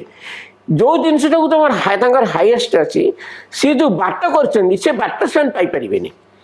ଏବଂ ସେଇ ବାଟରେ ନ ଫଳିବା ଫଳରେ ଆପଣ ଦେଖନ୍ତୁ ଫ୍ରେଞ୍ଚ ରିଭଲ୍ୟୁସନ୍ ତରଫରୁ ତ ଏଇ ତିନିଟି ଜିନିଷ କୁହାଯାଇଥିଲା, ଯେଉଁଥିରେ ଫ୍ରେଞ୍ଚ ରିଭଲ୍ୟୁସନ୍ ପ୍ରତିଷ୍ଠା ହୋଇଥିଲା। ଏବଂ ଏଇ ଜିନିଷକୁ ନେଇକି ଜଘନ୍ୟ କାଣ୍ଡ କାରଖାନା ହେଉଛି। ସେଇଠି ଗୁଣ୍ଡାମାନେ ରହିଛନ୍ତି। କାହାର ସ୍ୱାଧୀନତା ନା, ଗୁଣ୍ଡାମାନଙ୍କର ସ୍ୱାଧୀନତା। କାହାର ସମତା ନା, ଯେଉଁମାନେ ବଳଶାଳୀ ତାଙ୍କ ଭିତରେ ସମତା ରହିବା ଦରକାର। କାହାର ଭାତୃତ୍ୱ ନା, ବଳଶାଳୀ ଲୋକମାନଙ୍କ ଭିତରେ ଭାତୃତ୍ୱ। ଅର୍ଥାତ୍ ଇଏ ଜିନିଷ କେବେ ବି ପୃଥିବୀର ପରିସ୍ଥିତିକି ଶାନ୍ତମୟ କରିପାରିବ ନାହିଁ। ପୃଥିବୀର ଯେଉଁ ମୌଳିକ ଅସୁବିଧାଟା ରହିଛି, ସତ୍ୟ କ'ଣ ସେ ଜାଣିବ। ପୃଥିବୀର ଯେଉଁ ଅବସ୍ଥା ରହିଛି ଯେ ଦୁଃଖ ବିହୀନ ସୁଖ ଆଣିବ, ଦୁଃଖ ବିହୀନ ସେ ସୁଖ ଆଣିପାରିବ ନାହିଁ। ମୃତ୍ୟୁ ବିହୀନ ଜୀବନ ଆଣିପାରିବ ନାହିଁ। କାହିଁକି ନା ଯେଉଁ ବାହ୍ୟ ଜିନିଷ ଉପରେ ସେମାନେ ନିର୍ଭର କରୁଛନ୍ତି ସେମାନେ ସବୁ ମରଣଶୀଳ। ମନ, ପ୍ରାଣ, ଶରୀର ତିନିଟା ଯାକି ମରଣଶୀଳ। ଏବଂ ସେମାନଙ୍କର ବିଶ୍ୱାସ ଯେ ତାଙ୍କ ଭିତରେ ଆଉ କିଛି ନାହିଁ। ସେମାନେ ନିଜେ କିଏ ନା, ସେମାନେ ହେଉଛନ୍ତି ମନ, ପ୍ରାଣ, ଶରୀର। ଏବଂ ତାଙ୍କ ପାଇଁ ଯିଏ ହେଉଛନ୍ତି ହାଇଏଷ୍ଟ ଏଣ୍ଟିଟି, ଯାହାକୁ ସେମାନେ ଭଗବାନ ବୋଲି ବିଶ୍ୱାସ କରନ୍ତି, ସିଏ ହେଉଛନ୍ତି ବାହାରେ, ସିଏ ରାଜା ଭଳିଆ ଅଛନ୍ତି। ଏବଂ ତାଙ୍କର ଭଗବାନ ଆଉ ଭାରତର ଭଗବାନଙ୍କ ଭିତରେ ଗୋଟେ ଇଣ୍ଟରେଷ୍ଟିଂ ଡିଫରେନ୍ସ ଆପଣ ଦେଖିବେ। ତାଙ୍କର ଯିଏ ଭଗବାନ ଅଛନ୍ତି ସିଏ ଅଛନ୍ତି ଖୁବ୍ ଜାକଜମକରେ ଅଛନ୍ତି, ସବୁ ଲକ୍ଜୁରୀ ଭିତରେ ଅଛନ୍ତି। ଆଉ ଆମର ଗୋଟେ ଭଗବାନ ଅଛନ୍ତି, ତାଙ୍କ ନାଁ ଶିବଜୀ। ତାଙ୍କର କିଛି ନାହିଁ, ତାଙ୍କର କିଛି ନାହିଁ। କିନ୍ତୁ ପୃଥିବୀର ସବୁଯାକ ଐଶ୍ୱର୍ଯ୍ୟ ସେ ଲୋକଙ୍କୁ ଦେଇପାରିବେ। ସେ ସବୁ ଜିନିଷ ଲୋକଙ୍କୁ ଦେଇପାରିବେ, ତା ସାଙ୍ଗରେ ଜ୍ଞାନ ବି ଦେଇପାରିବେ। କିନ୍ତୁ ତାଙ୍କୁ ଆପଣ ଦେଖିବେ ସେ ଫକୀର ଭଳିଆ ରହିଥାନ୍ତି। ତାଙ୍କର ଯେମିତି କିଛି ନାହିଁ, तांकर सार्ट नहीं, तांकर सुना अलंकार नहीं, तांकर मुकुट नहीं, तांकर किछि नहीं, अधा लगा पिंधिथिबे अधा। ये है भारतीय संस्कृति। आउ जने भारतीय जने तांको कहउचिंदी भगवान बोली, तांको ना कृष्ण, सी होचंदी खाली से हसुचंदी। वेस्टर्न कंट्री जो मैंने भगवान था से हसंती से बहुत गंभीर, किंतु ईस्टर्न कंट्री रे भारत रे जो सभ्यता जो भगवान अच्छा सी नाच करेंगे, से गीत बोलिए, सी सब प्रकार कार्य करेंगे, दुष्टामी करेंगे, खेलिए, बुलिए एवं युद्ध क्षेत्र में एमती कथा कहीदेवे जोटा कि माने हजार हजार वर्ष धरी लोकंर जीवन को चलेब। गोटे गाइडलाइंस करदे, सबू जिनस करेंगे एवं पश्चात रही करेंगे, किंतु कार्य सी करुवे, किंतु सब कथा हसी हसी करुवे, सीटी सिवियरिटी नहीं। ये जो भारतर ये पाश्चात्य सभ्यतार प्रोब्लेमटा देखो, बाह्य सत्ता उपर से निर्भर कर बाह्य सत्तार तांकर जो हाईएस्ट जिनस रही स्वाधीनता, समता, भातृत्व, तीनटा दिख जिनस से किसी पाइबेनी। एवं आज भी आप देखूँ जिते प्रकार आज पर्यटन आम जानते जिते प्रकार वर्ल्ड कन्फ्लिक्ट अच्छी समस्ते कहते आम तीनटा जाकि आम लड़ू। Very interesting. दीपट लोक कहे बर्तमान रूसिया भी कहूँ स्वाधीनता, समता, भातृत्व लड़ुची, यूक्रेन भी कह स्वाधीनता, समता, भातृत्व लड़ुची, अमेरिका भी कहूँ मुझे तीनटा जिनस लड़ुची। किंतु समस्त आप देखूँ से तीन जन जाकि सी समस्ते क्या लड़ुं ना निजर स्वार्थ, निजर प्रभुत्व एवं निजर अधिकार को जाबुड़ी देवाई, निजर स्वार्थ को एवं अन्य मानू निज अधीन रखापी सब कार्य कर स्वाधीनता, समता, भातृत्व। कहीं ये जिनस कहीं खाली पाखे भूल नहीं। भूलटा हूँ कौन ना बाह्य चेतना तीन टाइम जिनस मूलर नहीं। एम कौन कर ना से कहले आमे धरतु स्वाधीनता आणवु, आम गोटे समता आणवु, आम गोटे पार्लियामेंट करूँ, आम गोटे इलेक्शन करूँ। भल जिनस इलेक्शन हम बर्तमान इलेक्शन सिचुएशन देखु, गुंडाराज है इलेक्शन में किए भोट देव अन्य माने ठिकाना कले, विभिन्न प्रकार बाटर आप देखिले जे ना स्वाधीनता डेमोक्रेसी कौन ना समस्ते स्वाधीन मत दौरान, किंतु केही भी स्वाधीन भाव में मत दौना, कहीं भी स्वाधीन भाव में भोट दे पाना। खाली इंडिया कथा मु कहूनी, समग्र पृथ्वी परिस्थिति से कोटी कोटी डॉलर खर्च होची अमेरिकन इलेक्शंस रे। तांकर भी बहुत ग्रुप रही, माफिया रही, प्रेस रही, केमती लोक को भूतई देवे, केमती लोक मन को बदली देवे, केमती भूल लोक कहे तुम आपको भोट दीजिए। लोक मान से फ्रीली छाड़ देना तुम्हें चिंता कर, आम यहाँ तुम चिंता कर भोट दियो, सेमती ना। किंतु आम कह डेमोक्रेसी हूँ सब भल एवं आम कह आम स्वाधीनता लड़ुचु। आप कम्युनिस्ट मान पठे आप कम्युनिस्ट चिंताधारा देखूँ, कम्युनिस्ट चिंताधारा पचारे आपड़ कौन ये तीन टा दिन हाँ यही आम लड़ुचु, आम तो समता लड़ुचु, आम तो स्वाधीनता लड़ुचु, आम गरीब लोक स्वाधीनता लड़ुचु, आम समता लड़ुचु, आम भातृत्व लड़ु। तीन टा दिख जिनस कम्युनिस्ट राष्ट्र ना, तीन टा दिख जिनस कम्युनिस्ट राष्ट्र ना। कहीं ना ये बाह्य सत्तार ये तीन टा दिख जिनस मिलबार ना। फल कौन हम काले वर्ल्ड कौटी पहुँचब ना पृथ्वी ये जो परिस्थिति जो प्रकार वेस्टर्न कंट्री जो प्रकार हाईएस्ट लेवल को लेकिन से जो चिंता कर सिटी फेलियर मारुति तार लोअर लेवल कथा आप कौन कहे। सिटी जे भाव में घूर्ण्यतार कार्य करा जाए, जे भाव में हिंसार कार्य करा जाए, कौन सी ईस्ट रे सेमती हिंसार कार्य करा जाए। सिटी जदि कौन सी राज्य को कि अन्य गोटे राज्य अधिकार करुले, तांकर प्रथम कार्य थिला से राज्यर भाषा को ध्वंस करेंगे, धर्म को ध्वंस करेंगे, धर्मस्थली को ध्वंस करेंगे, शिक्षा क्षेत्र को ध्वंस करेंगे, लोक मान को मारे। ये हूँ पाश्चात्य देशर देश भितर ये प्रकार संपर्क। भारत में जिते देशीय राज्य मान भर युद्ध हुए, जब जड़े जीते सी कौन करे, सी केमती कर ना सी जो जीति राजार झील को बाहा से ज्वाई हम। कौन अति बेसी हम ना सी खंडे राज्य खंडे देदेव किंतु ना से माने साधारण लोक मारती ना तांकर कल्चर तांकर नृत्य गीत तांकर भाषा तांकर साहित्य तांकर जो प्रकार प्रार्थना कौन से हस्तक्षेप करती ये हूँ भारत यही हूँ भारतर सिविलाइजेशन सी हूँ वेस्टर्न सिविलाइजेशन भारतीय सिविलाइजेशन आप देखु आमर 3टा स्पेशलिटी रही वेरी इंपोर्टेंट स्पेशलिटी आम समस्ते विश्वास करूँ जे भगवान आम भितर स्वयं उपस्थित आम मैंने भगवान के अंश विशेष एवं भगवान जी पृथ्वी की क्रिएट कर ऊर्धर भी अच्छा एवं बाट मल्टीपुल से इनफिनिटी तांकर बाट मल्टीपुल तांको विषय कहूवा ग्रंथ माने भी मल्टीपुल इटा भारतीय मैंने जानती एवं भगवान को पाया बाहर खोजा दरकार नहीं निज भितर खोजिले आम भगवान को पाइबा एवं भगवान को पाइले आम से जो भगवान आम भितर भगवान को लेकिन आम ऊर्ध्वस्थ भगवान संगे संपर्क स्थापन कर अर्थात ऊर्धर जो भगवान अच्छे सी आम भितर अच्छे से प्रकाशित अच्छा सी ही सबकि प्रकाशित कर ये होती मल्टीपुल वे से प्रकाशित होती निर्दिष्ट भाव में गोटे गोटे धर्मग्रंथ से प्रकाशित होना गोटे बाटर से प्रकाशित होना एवं आज पर्यंत भी जिते प्रकाशित होती सी भी तार एंड नुहे अतएव जो मैंने भावती जे भारतर सभ्यता बहुत छोट फॉरेन सभ्यता बहुत भल 1000 थर चिंता करूँ आप कौ सभ्यतार अंश विशेष आप चिंता करूँ एवं आपणकर कौ अंतर्निहित शक्ति अच्छी एवं ये जो मूल जिनसटी रही जे आम भितर आम भगवान को पाई पारू वन्स जो आम भगवान को आम भितर आम भितर भगवान को पाई पारू एवं से भगवान को आम विश्वास कलु जे से समस्त भितर विद्यमान से ही सब किसी क्रिएट कर सांगे सांगे आम भितर कौन आसो ना आम भितर एक समता आसो आम भितर एक भातृत्व आसो आ स्वाधीनता केमती आसो ना आम बर्तमान क्या द्वारा परिचालित होचे ना आमे मनुष्य मैंने आउ कि नहीं पशु एवं यही पशुत्व को किए कंट्रोल करमको किए पशुत्व मुक्ति कर आमर मन भी पशु द्वारा परिचालित होती प्राण भी पशु द्वारा परिचालित होती एवं शरीर भी पशु भाया परिचालित होती किसी भी फरक नहीं पशु एवं मनुष्य भितर किसी फरक नहीं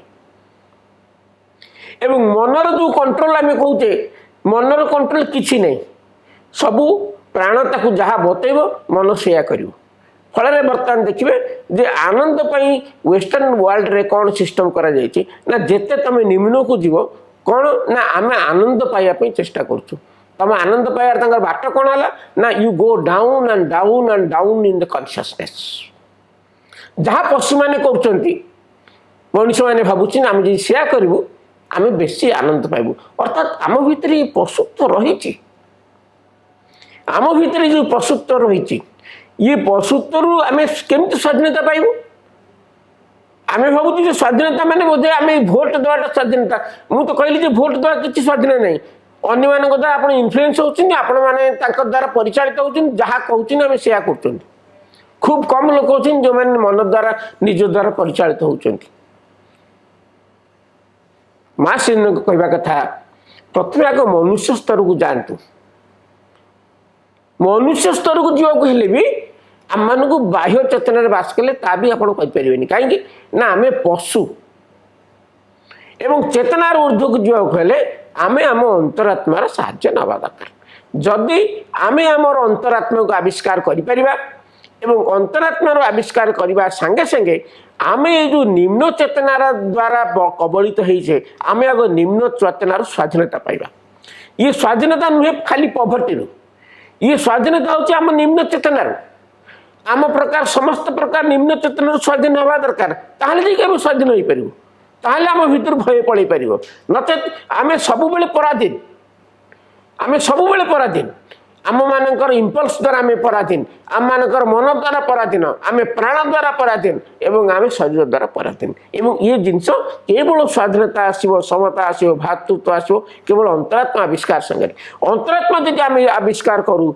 एवं पृथ्वी में ताहले कौन हो पार ना जो जिनस को वेस्टर्न कंट्रीज माने खोजुंट किंतु पाई ना एवं अधोगति चलती ध्वंस आड़ गति कर केवल रक्षा कर भारत कहीं ना भारत रे कौन हम ना नूतन चिंताधारा आसो सब कहीं जो 3टी बेसिक जिनस रही एपर्यंत सब रिलीजन सरीगलानी सब बाट सरीगलानी आहरी नुआ जिनस भी बाहर आमको कौन करिया पड़ो ना आग मनुष्य होगा पड़ो पशु हेले आमको चलो ना एवं श्रीरंद कहले मनुष्य तुम जब मनुष्य होगा चाहो आग प्रश्न कर सब जिनस प्रश्न कर कहा कथा को विश्वास करनी प्रश्न कर एवं निजर जो संस्कृति उपरे गर्व कर विश्वास रख ये संस्कृति रे बहुत जिनस अच्छी जहाँ कौन सी वेस्टर्न चिंताधारा नहीं कि तांकर सिविलाइजेशन नहीं बहुत लोग भाविले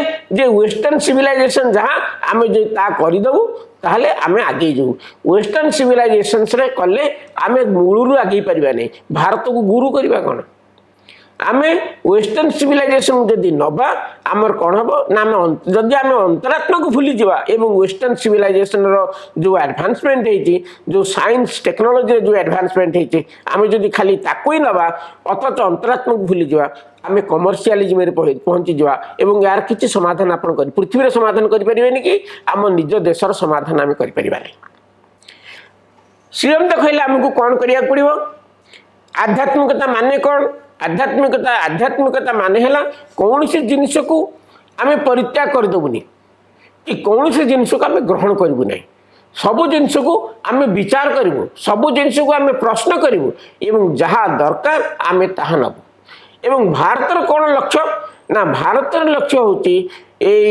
पाश्चात्य एवं पूर्व सिविलाइजेशन भितर गोटे समन्वय ये समन्वय पाश्चात्य देश मान द्वारा हो पारे कहीं दिजन तो समन्वय हम जड़े करदेले हाँ ना पाश्चात्य मानक नहीं ये समन्वय हेनी कहीं ना अंतरात्मा संगे संपर्क ही नहीं केवल बाह्य चेतनार संगे संपर्क एवं से बाह्य जिनस को आहरी डेभलपमेंट करने चाहिए साइंस टेक्नोलोजी मन को खुशी केमती करेंगे प्राण को केमती खुशी करेंगे आहरी अधिक रु अधिक प्लेजर पाइबे केते अधिक से लाभवान हेबे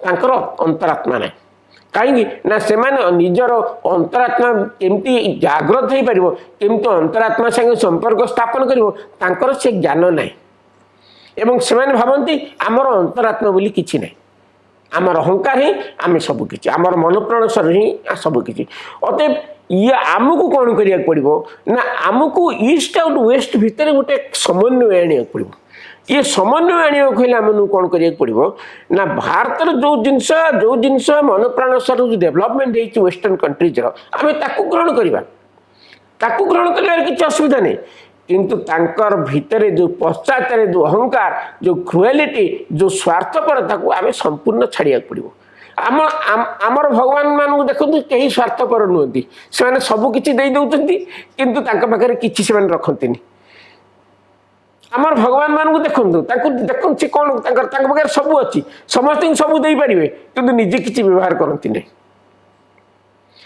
ये जो जिनसटा रही ये जिनसटा वेस्टर्न कंट्रीज वेस्टर्न सभ्यतार पाश्चात्य सभ्यतार ये जिनस ना एवं पाश्चात्य सभ्यता नथिबा फल ये ध्वंसमुखी हम पृथ्वी को रक्षा करने आमको कौन करिया पड़ो ना वर्तमान जो वस्तुर विकास होती वस्तुर विकास टाकू आम को आत्मार विकास संगे मिसेबा पड़ो एवं आत्मा को एभली भाव आम मन प्राण शरीर को एभली भाव डेभलप करवा जे ता माध्यम अंतरात्मा को प्रकाशित करवा भगवान को प्रकाशित करवा कहा माध्यम ना मन प्राण शरीर माध्यम बर्तमान वेस्टर्न कंट्रीज मानकर मन प्राण शरीर भितर क्या प्रकाश कर अहंकार स्वार्थ प्रकाश कर भारत काम हम जे मन प्राण शरीर डेभलप्ड मन प्राण शरीर जिते प्रकार टेक्नोलोजी आम ग्रहण करवा एवं सबू को आम केमती यूटिलाइज करवा ना किभली भाव में अंतरात्मा को प्रकाशित कर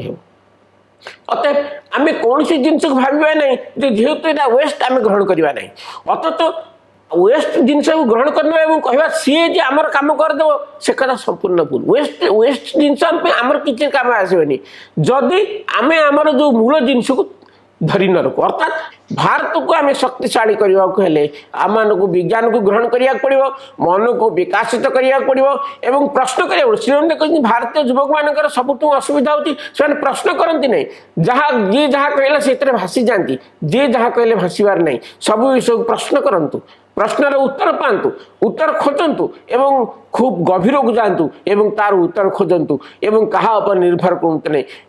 श्रीअरविंद चाहती भारतीय युवक माने सत्य को खोजतु, सत्य को पातु, निज भीतर जो अंतरात्मा को आविष्कार करतु, क्या कथा शुणु, मन को विकासित करूँ, प्राण को विकासित करूँ, किंतु अंतरात्मा को आविष्कार करतु।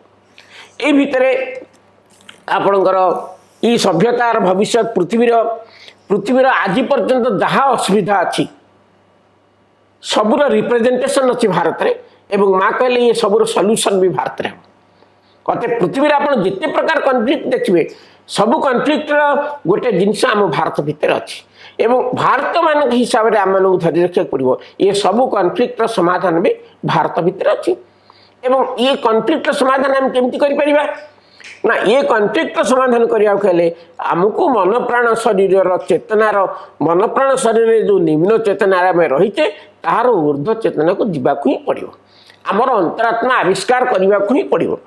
माँ थे पचारे माँ भारतर सबुठ क्यों जिनसटी असुविधा अच्छी, क्यों जिनसा भारतर असुविधा कराऊँच ना, सबुठ असुविधा हूँ कौन ना to find the soul of India.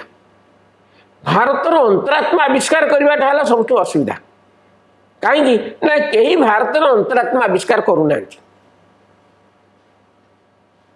माँ श्रीअरविंद चाहती आम मैंने भारत को भल पाऊ, भारतर अंतरात्मा को भल पाइबा, भारतर नदी की भल पाइबा, भारतर गीत को भल पाइबा, भारतर पड़िया को भल पाइबा, भारतर माटी की भल पाइबा, भारतर गीत को भल पाइबा, भारतीय मान को भल पाइबा। आप देखिए बहुत लोग भावते आम जाऊँ फरेन में टी बुलिक आसबू से बहुत जिन अच्छी कौ जिन भारत में ना जोटा फरेन में अच्छी।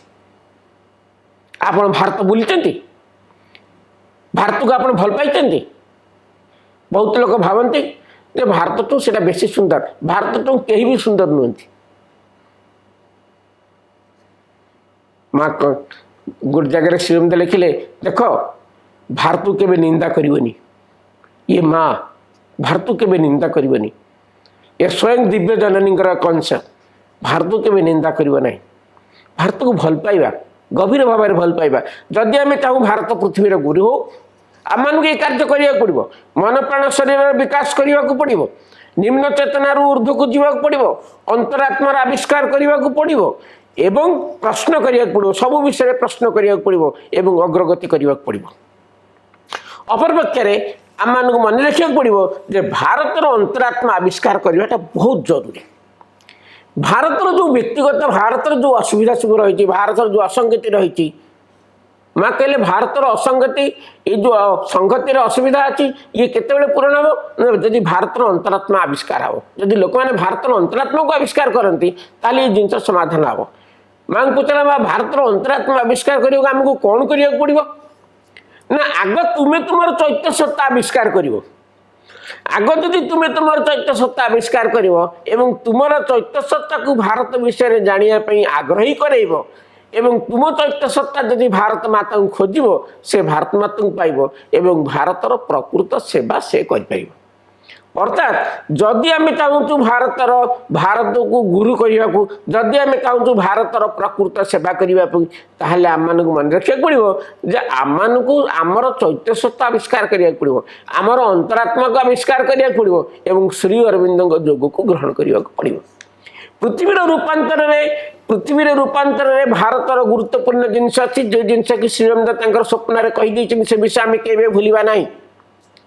चतुर्थ स्वप्न प्रथम स्वप्न से जो लिखिं हिंदू मुसलमान जो प्रोब्लेम रही केमती डील करवा, डील करवा केमती ना आम मान धरिया पड़ो जे मुस्लिम मैंने भी पृथ्वी आम भारत में जन्म से आम ब्रदर से भाई किसी असुविधा ना, किंतु से सांगे एक आपिजमेंट काम हो पार ना, एक स्ट्रंग बेस रु ସେମାନଙ୍କ ସାଙ୍ଗରେ ବୁଝାମଣା କରିବାକୁ ପଡ଼ିବ, ତାହେଲେ ସଂହତି ରହିପାରିବ। ଅନ୍ତରାତ୍ମକ ଆବିଷ୍କାର କଲେ ସଂହତି ରହିପାରିବ। ଏକ ଆपिଜମେଣ୍ଟରେ ସଂହତି ରହିପାରିବ ନାହିଁ। ଏମକୁ ହିନ୍ଦୁମାନଙ୍କୁ ଶ୍ରୀଅରବିନ୍ଦ ତାଙ୍କ ଲେଖାରେ ଲେଖିଲେ ଯେ ଏଭଳି ଏକ ସଂହତିପୂର୍ଣ୍ଣ କରିବେ ଯାହାଫଳରେ ଅଟୋମେଟିକ୍ ସେମାନଙ୍କ ସାଙ୍ଗରେ ସମ୍ପର୍କ ସ୍ଥାପନ ରହିବ।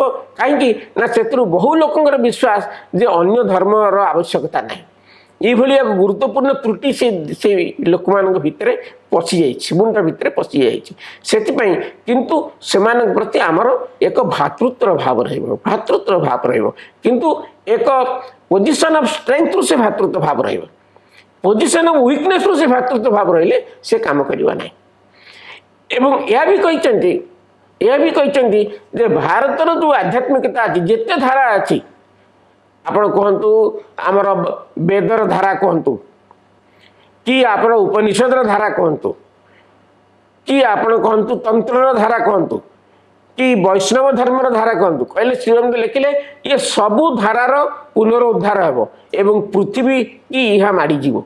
ଏବଂ ପୃଥିବୀରେ ଏ ଜିନିଷ ସବୁଆଡ଼େ ମାଡ଼ିଗଲାଣି। କାହିଁକି ନା ଏ ଯେଉଁ ମୁଁ କହିଲି ଯେ ତାଙ୍କର ଅନ୍ତରାତ୍ମା ନଥିବାରୁ ଯେଉଁ ମୌଳିକ ଉଚ୍ଚତମ ଲକ୍ଷ୍ୟ ତାଙ୍କର ପାଶ୍ଚାତ୍ୟ ସଭ୍ୟତାରେ ରଖା ହେଇଛି, ସେ ତିନିଟା ଯାକ ଜିନିଷ ସେମାନେ ଆଚିଭ୍ କରିପାରୁନାହାନ୍ତି। ଓଲଟା ଆଚିଭ୍ କରୁଛନ୍ତି, ନା ସ୍ୱାଧୀନତା ଅଛି, ନା ସମତା ଅଛି, ନା ଭାତୃତ୍ୱ ଅଛି। Completely felt. ଏବଂ ବ୍ୟକ୍ତିମାନେ କ'ଣ କରୁଛନ୍ତି ନା ସ୍ୱାଧୀନତା ନାଁରେ ঊର୍ଦ୍ଧ୍ୱକୁ ନ ଯାଇ ନିମ୍ନଗାମୀ ହେଇକି ସେମାନେ ପଶୁତୁଲ୍ୟ ହେଇଗଲେଣି। ୱେଷ୍ଟର୍ଣ୍ଣ ସିଭିଲାଇଜେସନ୍ସରେ ମନୁଷ୍ୟମାନେ ପଶୁତୁଲ୍ୟ ହେଇଗଲେଣି ଏବଂ ପଶୁରୁ ଉପରକୁ ଯିବାକୁ ସେମାନେ ସକ୍ଷମ ନୁହନ୍ତି।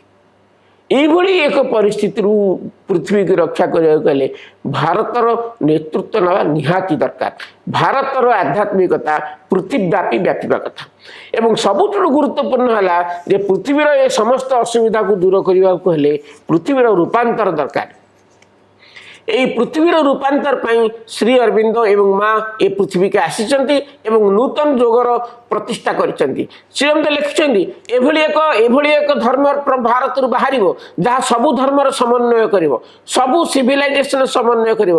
আপনার দেখবে শ্রী অরবিন্দ লেখারে এর সম্যক ধারণা দিয়েছি যে শ্রী অরবিন্দ যোগে অছি সবু ধর্মর সমন্বয়, সবু চিন্তাধারার সমন্বয়, সমস্ত সংস্কৃতির সমন্বয়।